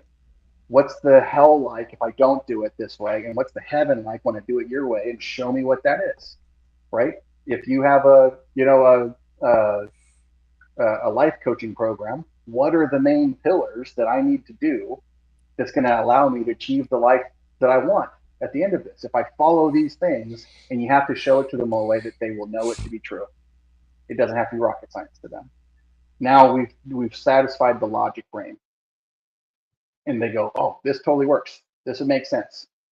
After that, the next thing they're going to do is they're going to go, but what about me? You don't understand, Justin. I live in Texas, and I have 3 jobs, and I've got 4 kids and 5 on the way. It will never work for me, right? You'll just don't know. You just don't get it, right? Yep. And I've got to snap them out of that. Right, I got to tell them that that's a lie, right? I got to give them the truth like you two do, right? I got to tell them the truth, and but I can't just tell them. I got to be like our Lord and Savior, right? I got to show them through the story. I got to show them why that's not real and how they come over to it, and then they will assume that if you've done your job right, they will say that. They will go, oh yeah, it's this. They'll step into that identity that we talked about at the beginning. And then the only other thing they're going to do after that is go, but how can I do it? Do I have the resources? And this is, by the way, why people buy anything. If I were going to sell you a bottle of water, I would have to go, will this quench up my thirst? Yes, it will. Will it work for me specifically? Yes, it will. Can I afford this thing? Do I have the resources to get it? Yes, I do, and I can buy it. Now, the threshold for a bottle of water is much lower than a $10,000 coaching program. Right? But I still have to go through that to buy anything. Same process that we would do is we build the content and the way that we engage with them around this psychological process. And at the end, it's all open Q&A. And I just tell everybody I've worked with on this, I say, listen, yes, you're doing a half-day masterclass, or maybe you're doing a 5-day experience. Your last session is open-ended. Don't leave the room until you've answered every single question, right? Because the longer that they stay in that room, the more likely they are to take you up on your offer. And the good news is that you don't have to pitch a thing if you don't want to. That's what happened with me. I didn't have to. We use a process that we call a no pitch pitch, and it's an invitation-based process. Hey, would it be okay with you, Ken, now that I've helped show you the way, now that I've helped transform the way you think about life, would it be okay if I showed you and everybody else in here? It's not going to be for everyone, but for some of you, it's going to be perfect. Would it be okay if I shared with you what could be next for you? And then everybody goes, yeah, please tell us more, right? I want more of this. And then you tell them, and then you invite them to take the next steps. And it's like, no big deal. For those of you who want it, here's how you do that. For those of you not, we're going to keep going on. Is it okay if we keep serving you? Absolutely it is, right? And you keep going. And then you just keep reinserting that link or however you want those next steps to be the rest of the time. That's our event content framework. Does that answer your question, Aldwyn? Beautiful. Sorry. I love that. I'd love to attend one of your events and actually see how you do it in person or online. And of course, some brilliant gems shared there. And there are so many moving parts to doing good events. I've done a lot of different speaker trainings, business trainings, and, everyone's got their own style, on how they do things as well. So, stories are really powerful, giving proof of the work that the transformation you're giving them on how to go from pain to pleasure in whatever it is you're teaching. And also being there to support people, because, people do follow people. So also building your own personal brand is really important with this as well. And being the person that people come to. Like I'm in a situation now, I've got more people coming to me than I can actually deal with right now. So, I'm looking at my back end. How can I automate things better? How can I, deliver to more people without actually having to personally be there one-on-one with people, or be, how can I do things smarter, not harder, so I can reach more people, have more impact, do more group work, less one-on-one. I actually closed my calendar off earlier this year. It's very hard to get any time with me directly nowadays. And, and I do that specifically because I've got a lot of things I want to focus on, and I don't want want to be just managing other people's to-do lists. And thankfully, I'm in a situation where I don't need to be in business to get by in life. I've got other ways that I make money as well. So I think that's the thing too, is there's a lot of people in business that are very desperate for the money because they need the money to, to pay for the rent or whatever it is, right? So I think having multiple streams of income, I think, is also very important. So you don't have that kind of desperation energy when you are running it, or when you're presenting your product to people. Actually allowing more flow and allowing more magnetic marketing, which is actually what we're doing here, is that this is magnetic marketing, because people will only tune in if they like our energy and they like what we're sharing. Right. And then they're going to want to know more about us, and they're going to come to us when they think of someone for health or for marketing or for cash flow or whatever it is, right? They're actually going to come to us more organically rather than the push marketing where you're constantly like, buy my thing. So yeah, I think it's important to look at what's going to have the most leverage. What's the 20% that you can do that give you the 80% result? The 80-20 rule, right? Pareto's principle. Always look at how can you sharpen the saw so you can do things smarter, not harder, because I think it feels like time is speeding up for me. I feel like I've got two aging parents that are just about on their deathbed, like they could be dead any minute now. One's 81 with dementia in a nursing home. That's my mum. And my dad's 87 and got serious heart issues and has running out of energy every day. And I know it's just a matter of time before, they both die. And I look back, and Dad said he still feels like he's 20. He's 87. He's still mentally, he's mentally as sharp as he was when he was 20. He still remembers everything from his childhood. And here he is at 87, and his body's giving out on him, and I mean, he's done extraordinary to get to 87 and survive 4 heart attacks, prostate cancer, diabetes. He's an absolute trooper, and he keeps on going, but the thing is, his life is so fragile. It's so fragile. And if you're not doing something that lights you up and that you love, then do something else. Don't do it just for the money, because you will not stick with it. That, in my experience, of all the people I've seen in business in the 23 years I've been in my media business, so many people have come and gone, right? So many of these coaches have come and gone because either they were just doing it for the money or they didn't have the passion around it. And then you get those that go, oh, people don't care about passion. They just want to make money. They don't care about the heart side of things. But I think it's absolutely crucial to actually have a mission behind what you do. Like you were sharing, Justin, early on here, we're talking about, if you want more cash in your life, then how can you be of more service? How can you be of more service and contribute, not just to your clients, but also to the community? Well, that's the thing I think we could learn from our friend Charlie Kirk, who was unfortunately killed last week. How did he do it? He went and engaged with the people he engaged with. He had a mission behind it. And, unfortunately, what happened, but we can see the fruits of that multiplication that he was doing. Is that I think that I saw a report that they had 57,000 applications for chapters for his turning point or whatever after he's died, since he's died.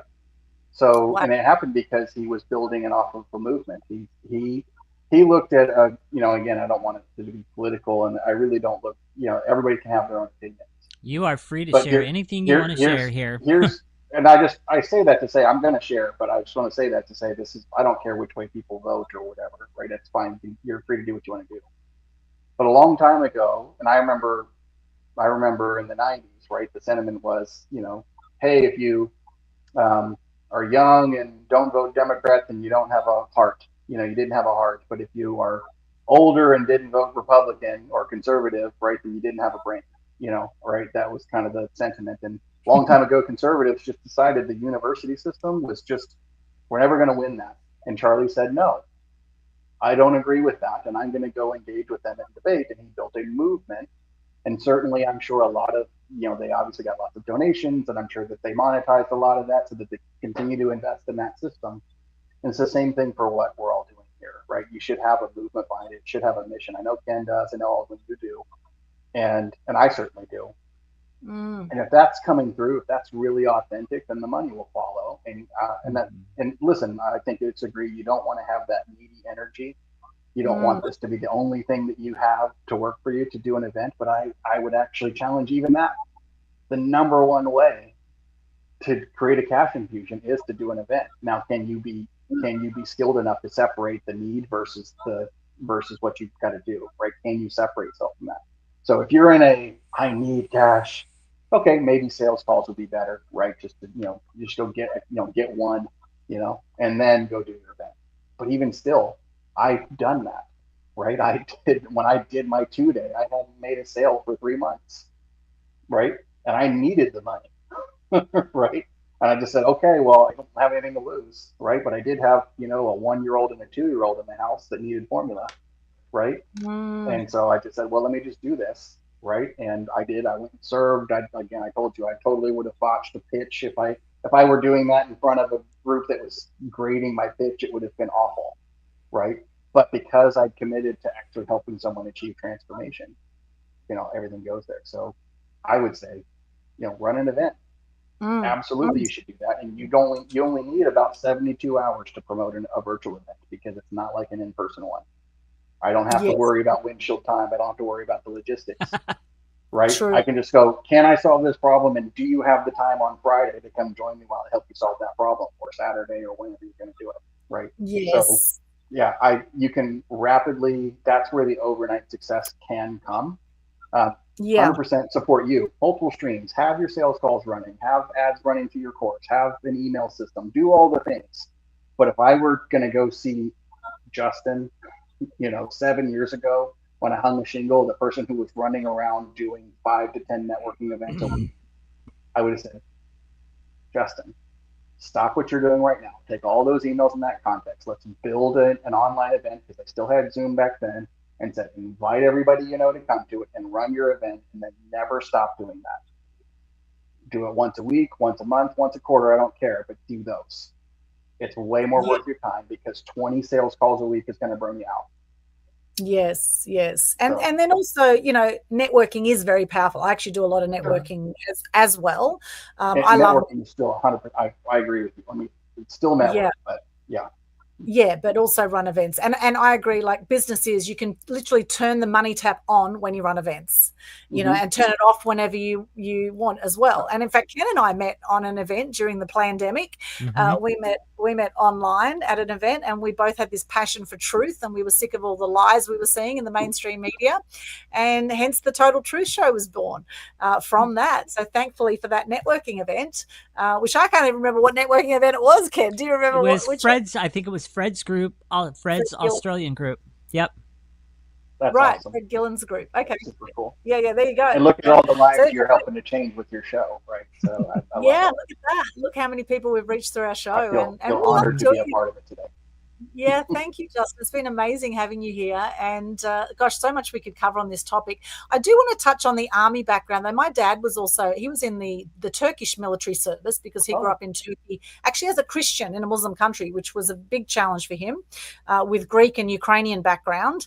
So we've got some very interesting blood in our bloodline. And he migrated to Australia in 1970. I was actually born in Sydney. So I'm what you call a truly multicultural Aussie. However, in the 2 years that my dad did military service in Turkey, like what he knew is, because he was a Christian in a Muslim country, and look, I have a lot of Muslim friends, etc.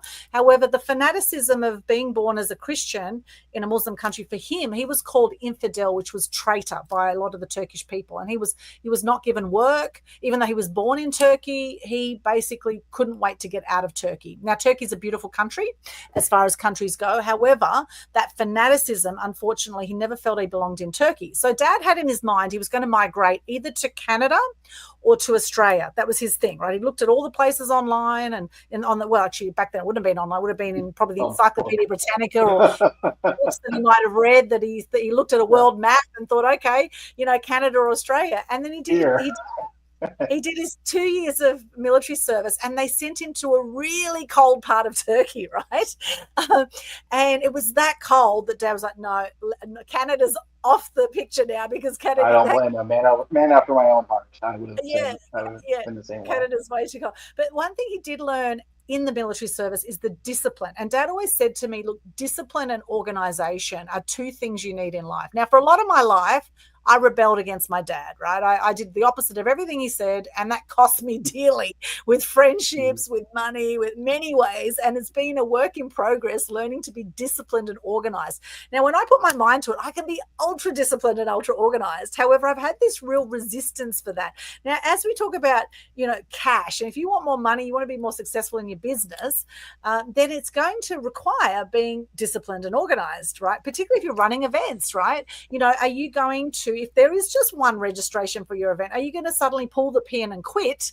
Or are you going to run that event? Like, it's going to take something, right? So just some thoughts, because you've been in the army, and how important discipline and organization was for you as someone who was an army officer, and how important that is now for entrepreneurial. So listen, those are superpowers, right? Organization and discipline, even having the discipline of being organized, right, is in itself a superpower.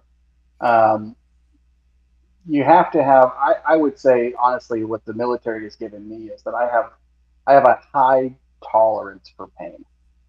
I have what we would call intestinal fortitude, right? I can really, what we would say, embrace the suck. Like, I can just go, right? My wife, unfortunately, now she can handle it, but she usually voices that displeasure much more than I do. Okay, she can do it, but she's going to tell me about it, and that's okay. I love her for it too, and that's great. So for me, an entrepreneurship is like that. It's not going to be all sunshines and rainbows. Like, I wish we could all be 22 and making millions of dollars. And some people claim to be doing that. I don't know how true that is, but maybe it is, right? But ultimately, you're going to have to find your way. For most people, it's the perfectionism that's going to kill them. And the great thing about being in the military is that we don't really need to care about how it looks. I just need to care if it works.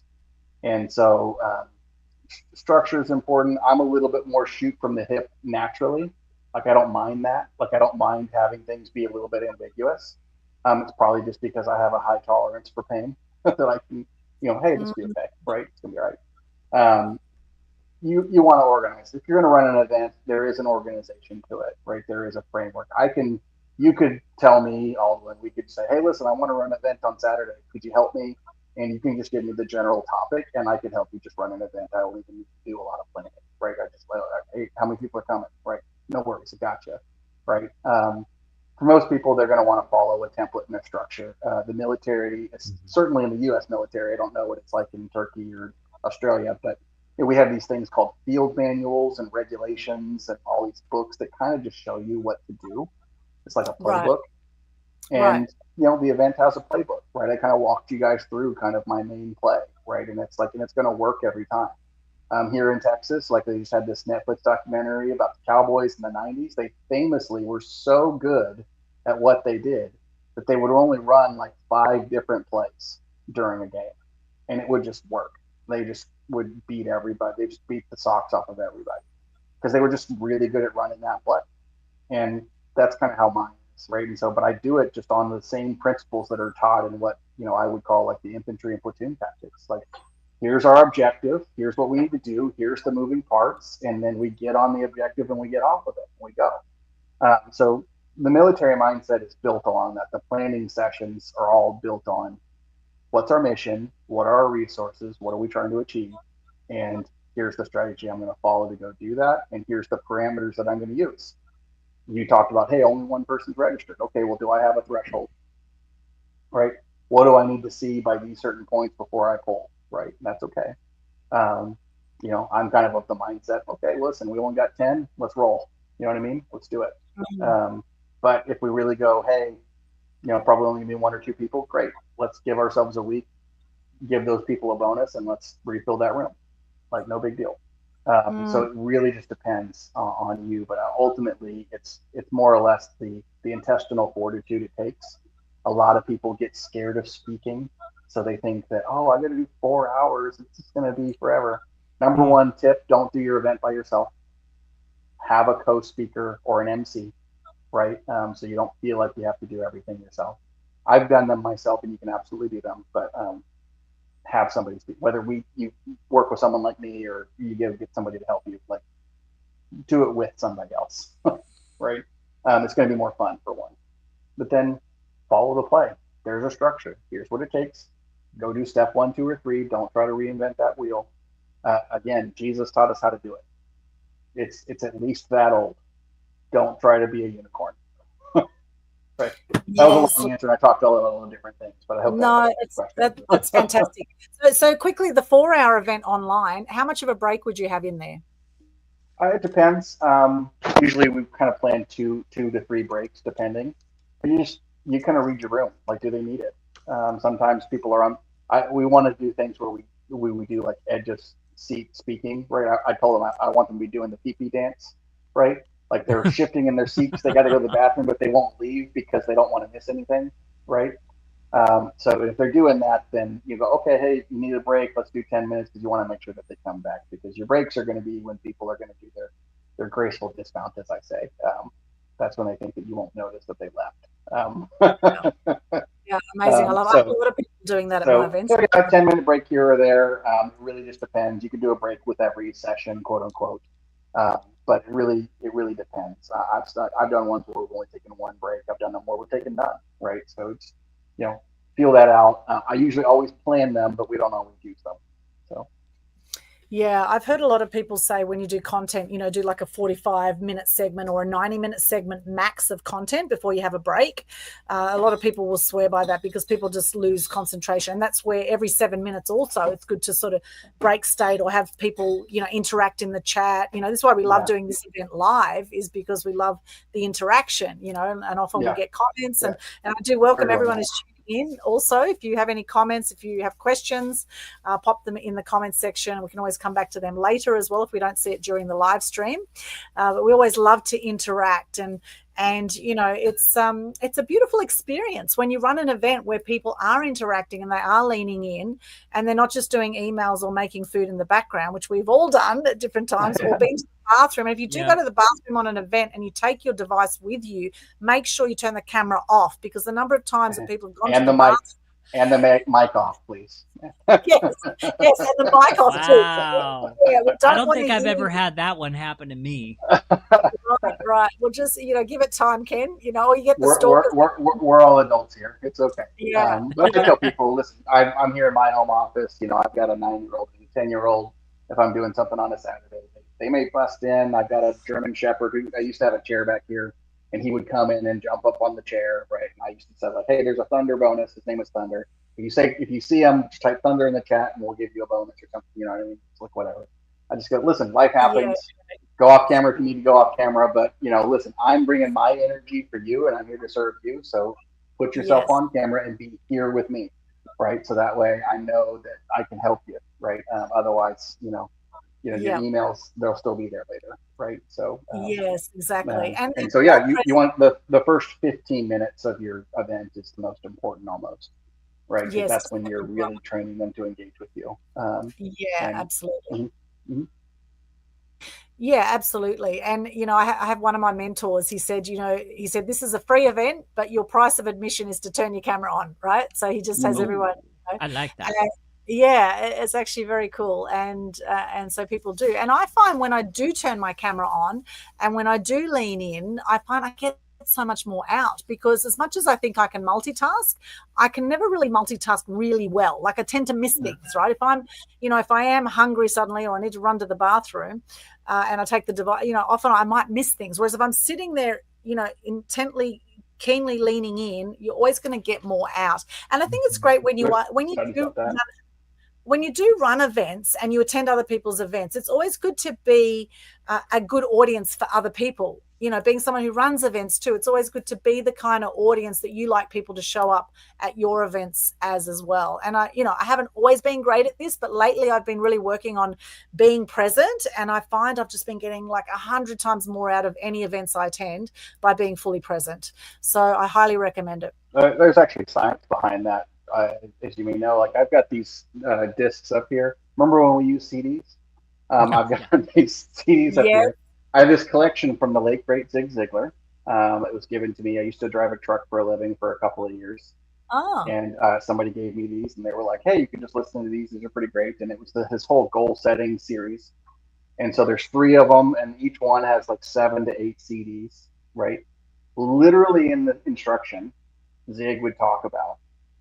He would say, hey, I want you to listen to the whole 7 CD thing, right? Listen to it all the way through, and then go back and listen to each disc 7 times. Like go disc 1 7 times, disc 2 7 times, disc 3 7 times, and then repeat that process 7 times, right? What? And the reason for that is that they've actually done studies about this. Podcasts are great, and I know we're on a podcast now, right? And video is great too, and everything. But they say when you're listening to something, right, you're only going to retain about 10% of what you learned, like through that. That's why Zig told you to do that. He's like, that repetition. You'll hear a song that you haven't heard for 30 years, and you'll instantly remember the lyrics and the tune because you heard it so many times, and it was logged back in here. Right, but you listen to it over and over and over and over and over and over again to get to that, right? That's why they would tell you to do this. But you're only going to retain 10% the first time, right? So if you go to an event, listen, like whether you come to one of mine or somebody else's, if you sign up for an event, go to be there because you didn't want to spend 4 hours on a Saturday or two days in the middle of whatever event you're going to get 10% of that. That would be a waste of your time. It would be an insult to the person doing it. And it would honestly be an insult to you, right, to do that, and to your family or whoever else you're sacrificing to be a part of that. And so that's just my soapbox for that. But they've gone a step further. A lot of people are really good. They like to take notes. I was a terrible note taker in college and school. I could not pay attention and take notes at the same time, right? It was a skill I had to develop. And it's a good thing. I tell everybody when I do this, like I go like, hey, who's got their notepad? And a lot of people are good and they've got their notepads.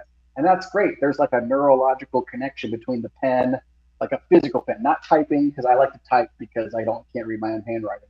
But like literally writing it down was better to do. But do one or the other. It's still better. But even still, like 40, 50% of what you learn will be retained from doing that. You want to go spend 4 hours, Aldwyn or Ken, with somebody and only get 2 hours worth of it? No, you don't. But what they've shown, and these are studies, this is not Justin saying this, like there are accurate studies about this to do this. When you are an active participant of the learning, you will retain 90, 95% or more of what you get. And so, yeah, if you go to an event, especially if it's virtual, be on camera. If you're going to be in the seats, get a front row seat, right? Be there because you're going to get way, way, way more out of it, and it could actually change your life. And in fact, again, that's why Jesus did it. It changed lives. Most people, the way they see the world happened through events. You went to church one day, or you had an experience at school. There was an event that happened that shaped the way that you think. And that's for most people, that's how it is. So go be present, see what would happen for you. That's why it works that way. So yeah, we train people to get on camera and engage in the chat because otherwise they won't get it. Yes, 100% love that. And it's interesting you were saying before we went live that 95% of people don't actually complete courses. Isn't that interesting? Yeah, I've spent money on courses. I spent a lot of money on courses that I maybe watched a video or two of them and never finished them, right? Yes. And the reason for it is because you feel like I can always go get it later, right? And because nobody's holding my hand, nobody's making me do it. And so, even though you paid for it, you always feel like I can do it later. It's like I can stack up a bunch of books. I'll eventually read this book and I'll never read the book because I can get to it whenever I want to get to it. There's no urgency. So unless you're part of like 5 or less % of people who actually commit to doing the things and can self-discipline, a course is almost a waste of your time, right?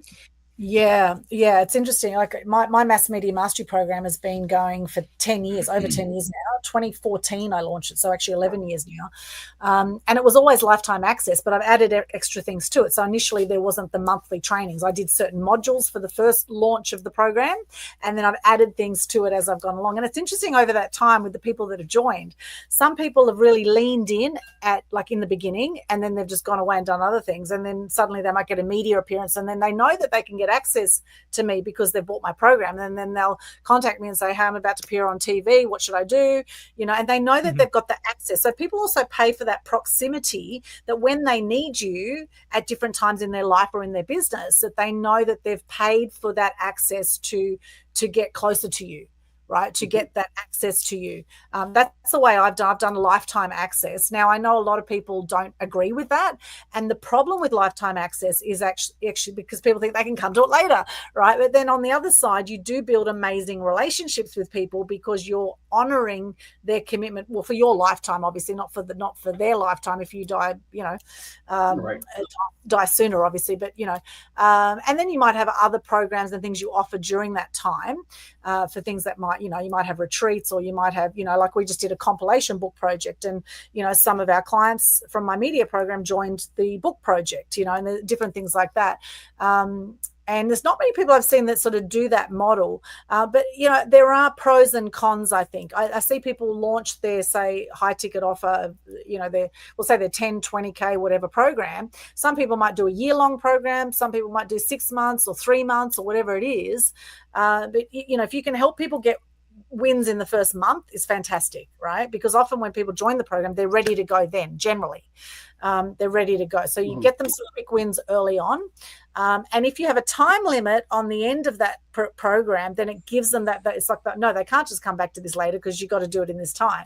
So, there's pros and cons there. So what are your thoughts, Justin? How do you work with and as we're about to wrap up our show, how can people work with you? And do you do a kind of lifetime access? Do you do 3 months? What's your format that you offer? Well, in general, I want people to get those quick wins. And so it really just depends on how they want to engage. I typically think that the best form is to have some form of a limitation. Now, I don't mind. Once people get the resources, they can have the resources for as long as they want. But if they want us to be a partner with it, we're gonna get them ready and have their first event within 6 weeks, right? That's kind of the goal, because one, you're going to invest a lot of money to do this, and the reason you're doing that is because you're going to go take that and multiply.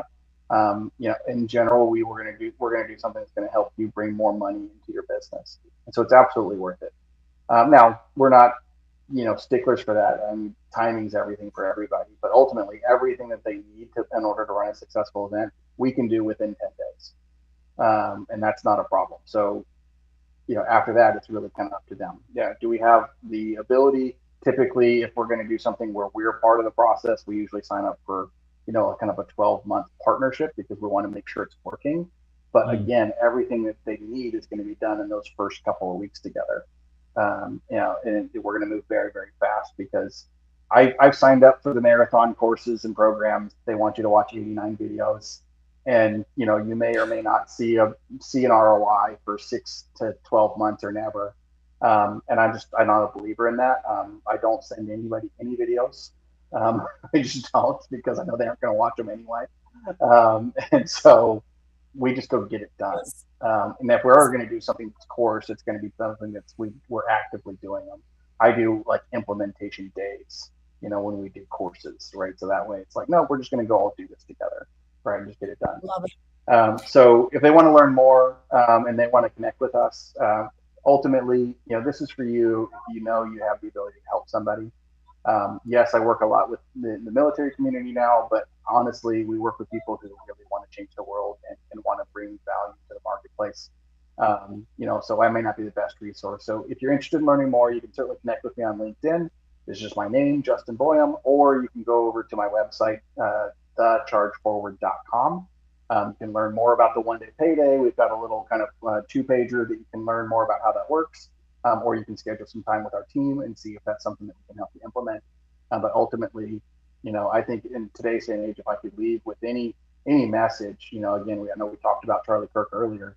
It's now more than ever. People are scared. They don't know what to do. And I think each and every one of us has been called in some way to deliver a message and to multiply.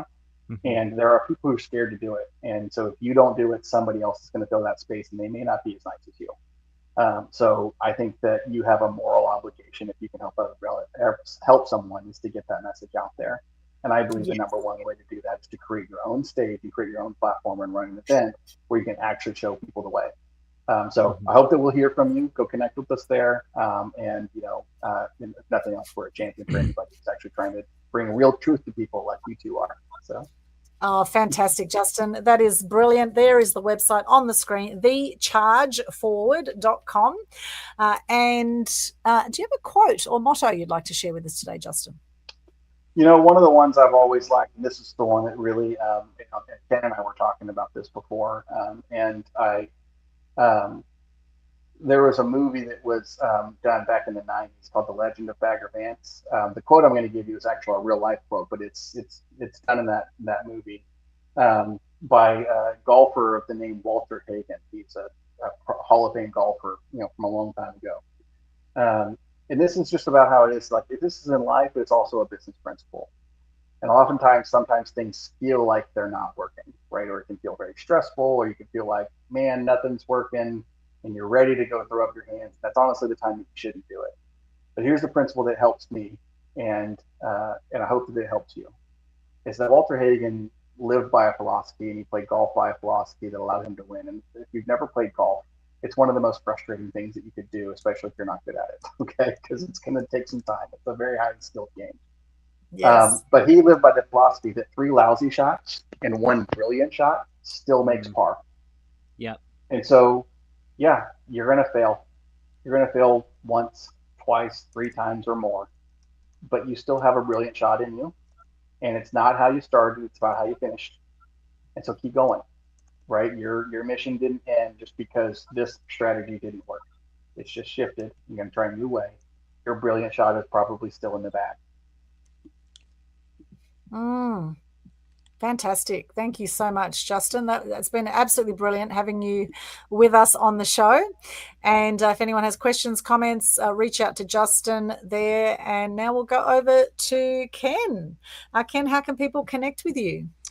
Yes. So maybe this is your first time seeing Told True Show. Maybe you don't even know anything about me or what's going on here. And so basically, here's the nutshell of it. I have lost 62.5 pounds, and I've been able to keep that off for 7+ years now, all without a diet and having that be completely sustainable. Don't even really think about it. And so right now, I'm giving away my 3 secrets to help you to lose weight, feel energized, and get healthy without starving or dieting, and especially without dieting, right? I expose the three biggest lies in my mini educational boot camp that's keeping people sick, stuck, and overweight, because that's how that industry makes money. And I show them how they can fuel their body God's way so they can finally break free and keep the weight off for life, like I've been able to do. And so how you can get into my world and connect with me is through www.masteryweightloss.com/connect. On that page, it's a basic page that I've custom built through my website. On that page, you're going to find 4 buttons. The first button that you're going to find at the top of that list is the button to join that mini educational boot camp that I was just talking about. 3 powerful sessions with me. It's extremely reasonably priced. You've got nothing to lose but those extra pounds and everything to gain in the right way.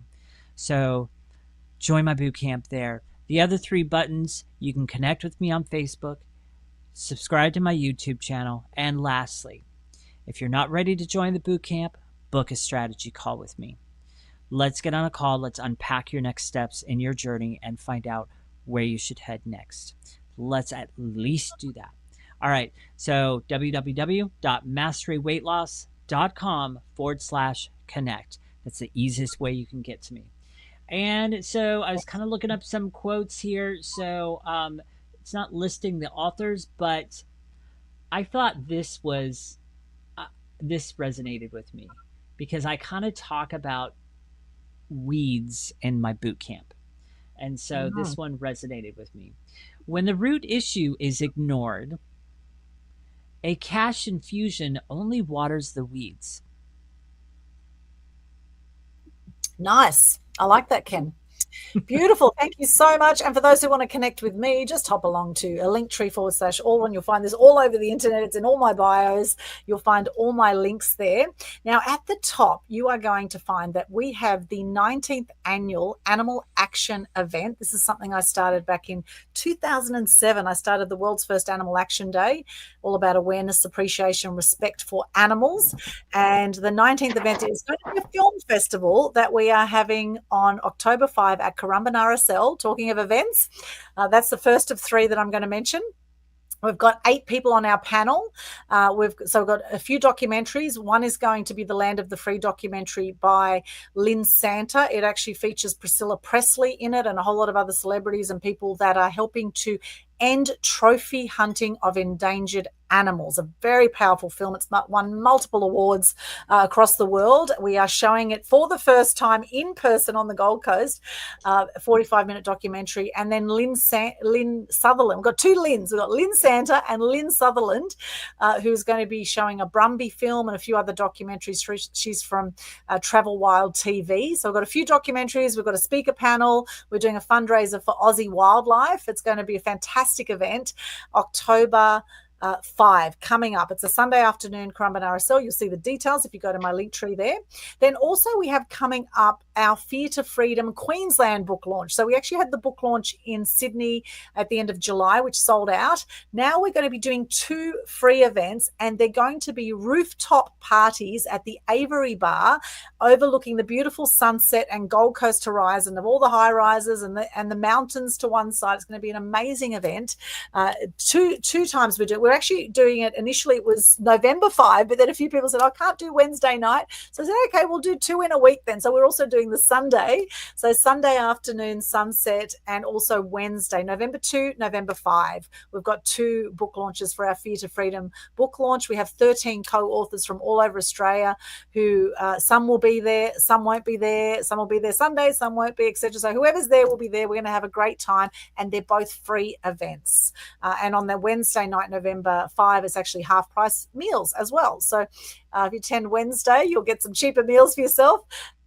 And on Sunday, it'll be amazing as well, overlooking the city from the top of the Avery rooftop bar. So check it all there. Also, you subscribe to my YouTube channel. You'll see lots of other content, Media Queen TV, Media Mavens Show, lots of amazing videos, over 1,600 videos now on my YouTube channel, and very grateful for everyone who's supported and subscribed to the channel, and all the other links there, all the Spotify. We've got Total Truth Show on Spotify. We put this on Rumble and BitChute. If you want to wake up to some other versions of reality than you see in the mainstream media, then go on BitChute or Rumble. You'll see all sorts of stuff there, and Telegram, etc. Lots of great links there. So check out linktree/Aldwyn, linktr.ee/Aldwyn for all of that. Loving the events coming up, and no doubt I'll do an online event soon. I haven't done one lately. I've really been stepping back because my parents have not been well. Mum went into a nursing home earlier this year. It's been very challenging with my elderly parents because I've kind of been living between Gold Coast and Sunshine Coast. But the beauty is that I do have an online business and I can work from anywhere. However, I've deliberately sort of stepped back a bit so I could focus more on family this year. However, I think it'd be good to also do an online event soon. So stay connected. In my link tree there too, you'll find my Eventbrite and my Humanitics link. So if you follow me there, you'll get all our upcoming event updates as well, Meetup and all the other places. All right, now quote. I actually have 2 quotes for you today. I really like this one here. This is by P.T. Barnum. Money is a terrible master, but an excellent servant. And then the next one I love too. Revenue is vanity, profit is sanity, but cash is king. Bring the cash back, I say. That one. Yeah. Yeah. I will echo the cash is king. Cash is king. Yes. It's been such a fantastic show. We've gone for 2 hours. Oh my gosh. And it's gone just like that, talking about time warping. Thank you so much, Justin, for being our special guest. Thank you, Ken. Amazing co-hosting with you as always. Thank you, everyone who's joined us here on Facebook, LinkedIn, YouTube, wherever you're tuning in. Let us know, what have you got from this show? Let us know in the comments. Share the love if you think some other people can also benefit from this show, which they will. So just share the love anyway. Justin, Ken, any final words? I'd say thanks for having me. I hope that we brought some value to you guys today, and thanks for having me on your show, and keep doing what you're doing. Again, truth tellers out there, we need them. So yeah. I definitely wrote a few things down, Justin. So I definitely pulled some things from you. I was just like, ooh, I need to say it that way, and I need to ask that question that way. I was like, oh yeah, okay. So I wrote some things down. Good. I hope so. Let me know how it goes. Yeah, I love that. And I love Zig Ziglar too. Zig Ziglar's brilliant. So, I've always loved Zig. Yeah. So hang in there, my friends. Hang in for the roller coaster ride of life, and consistently, inch by inch, everything's a cinch. Okay, much love to you all. We'll see you next time on Total Truth Show, and let's see who we have coming up next. You'll just have to tune in and see who we've got coming up for our episode 117 coming up soon. Thanks again, Justin, Ken. We'll see you next time. Bye.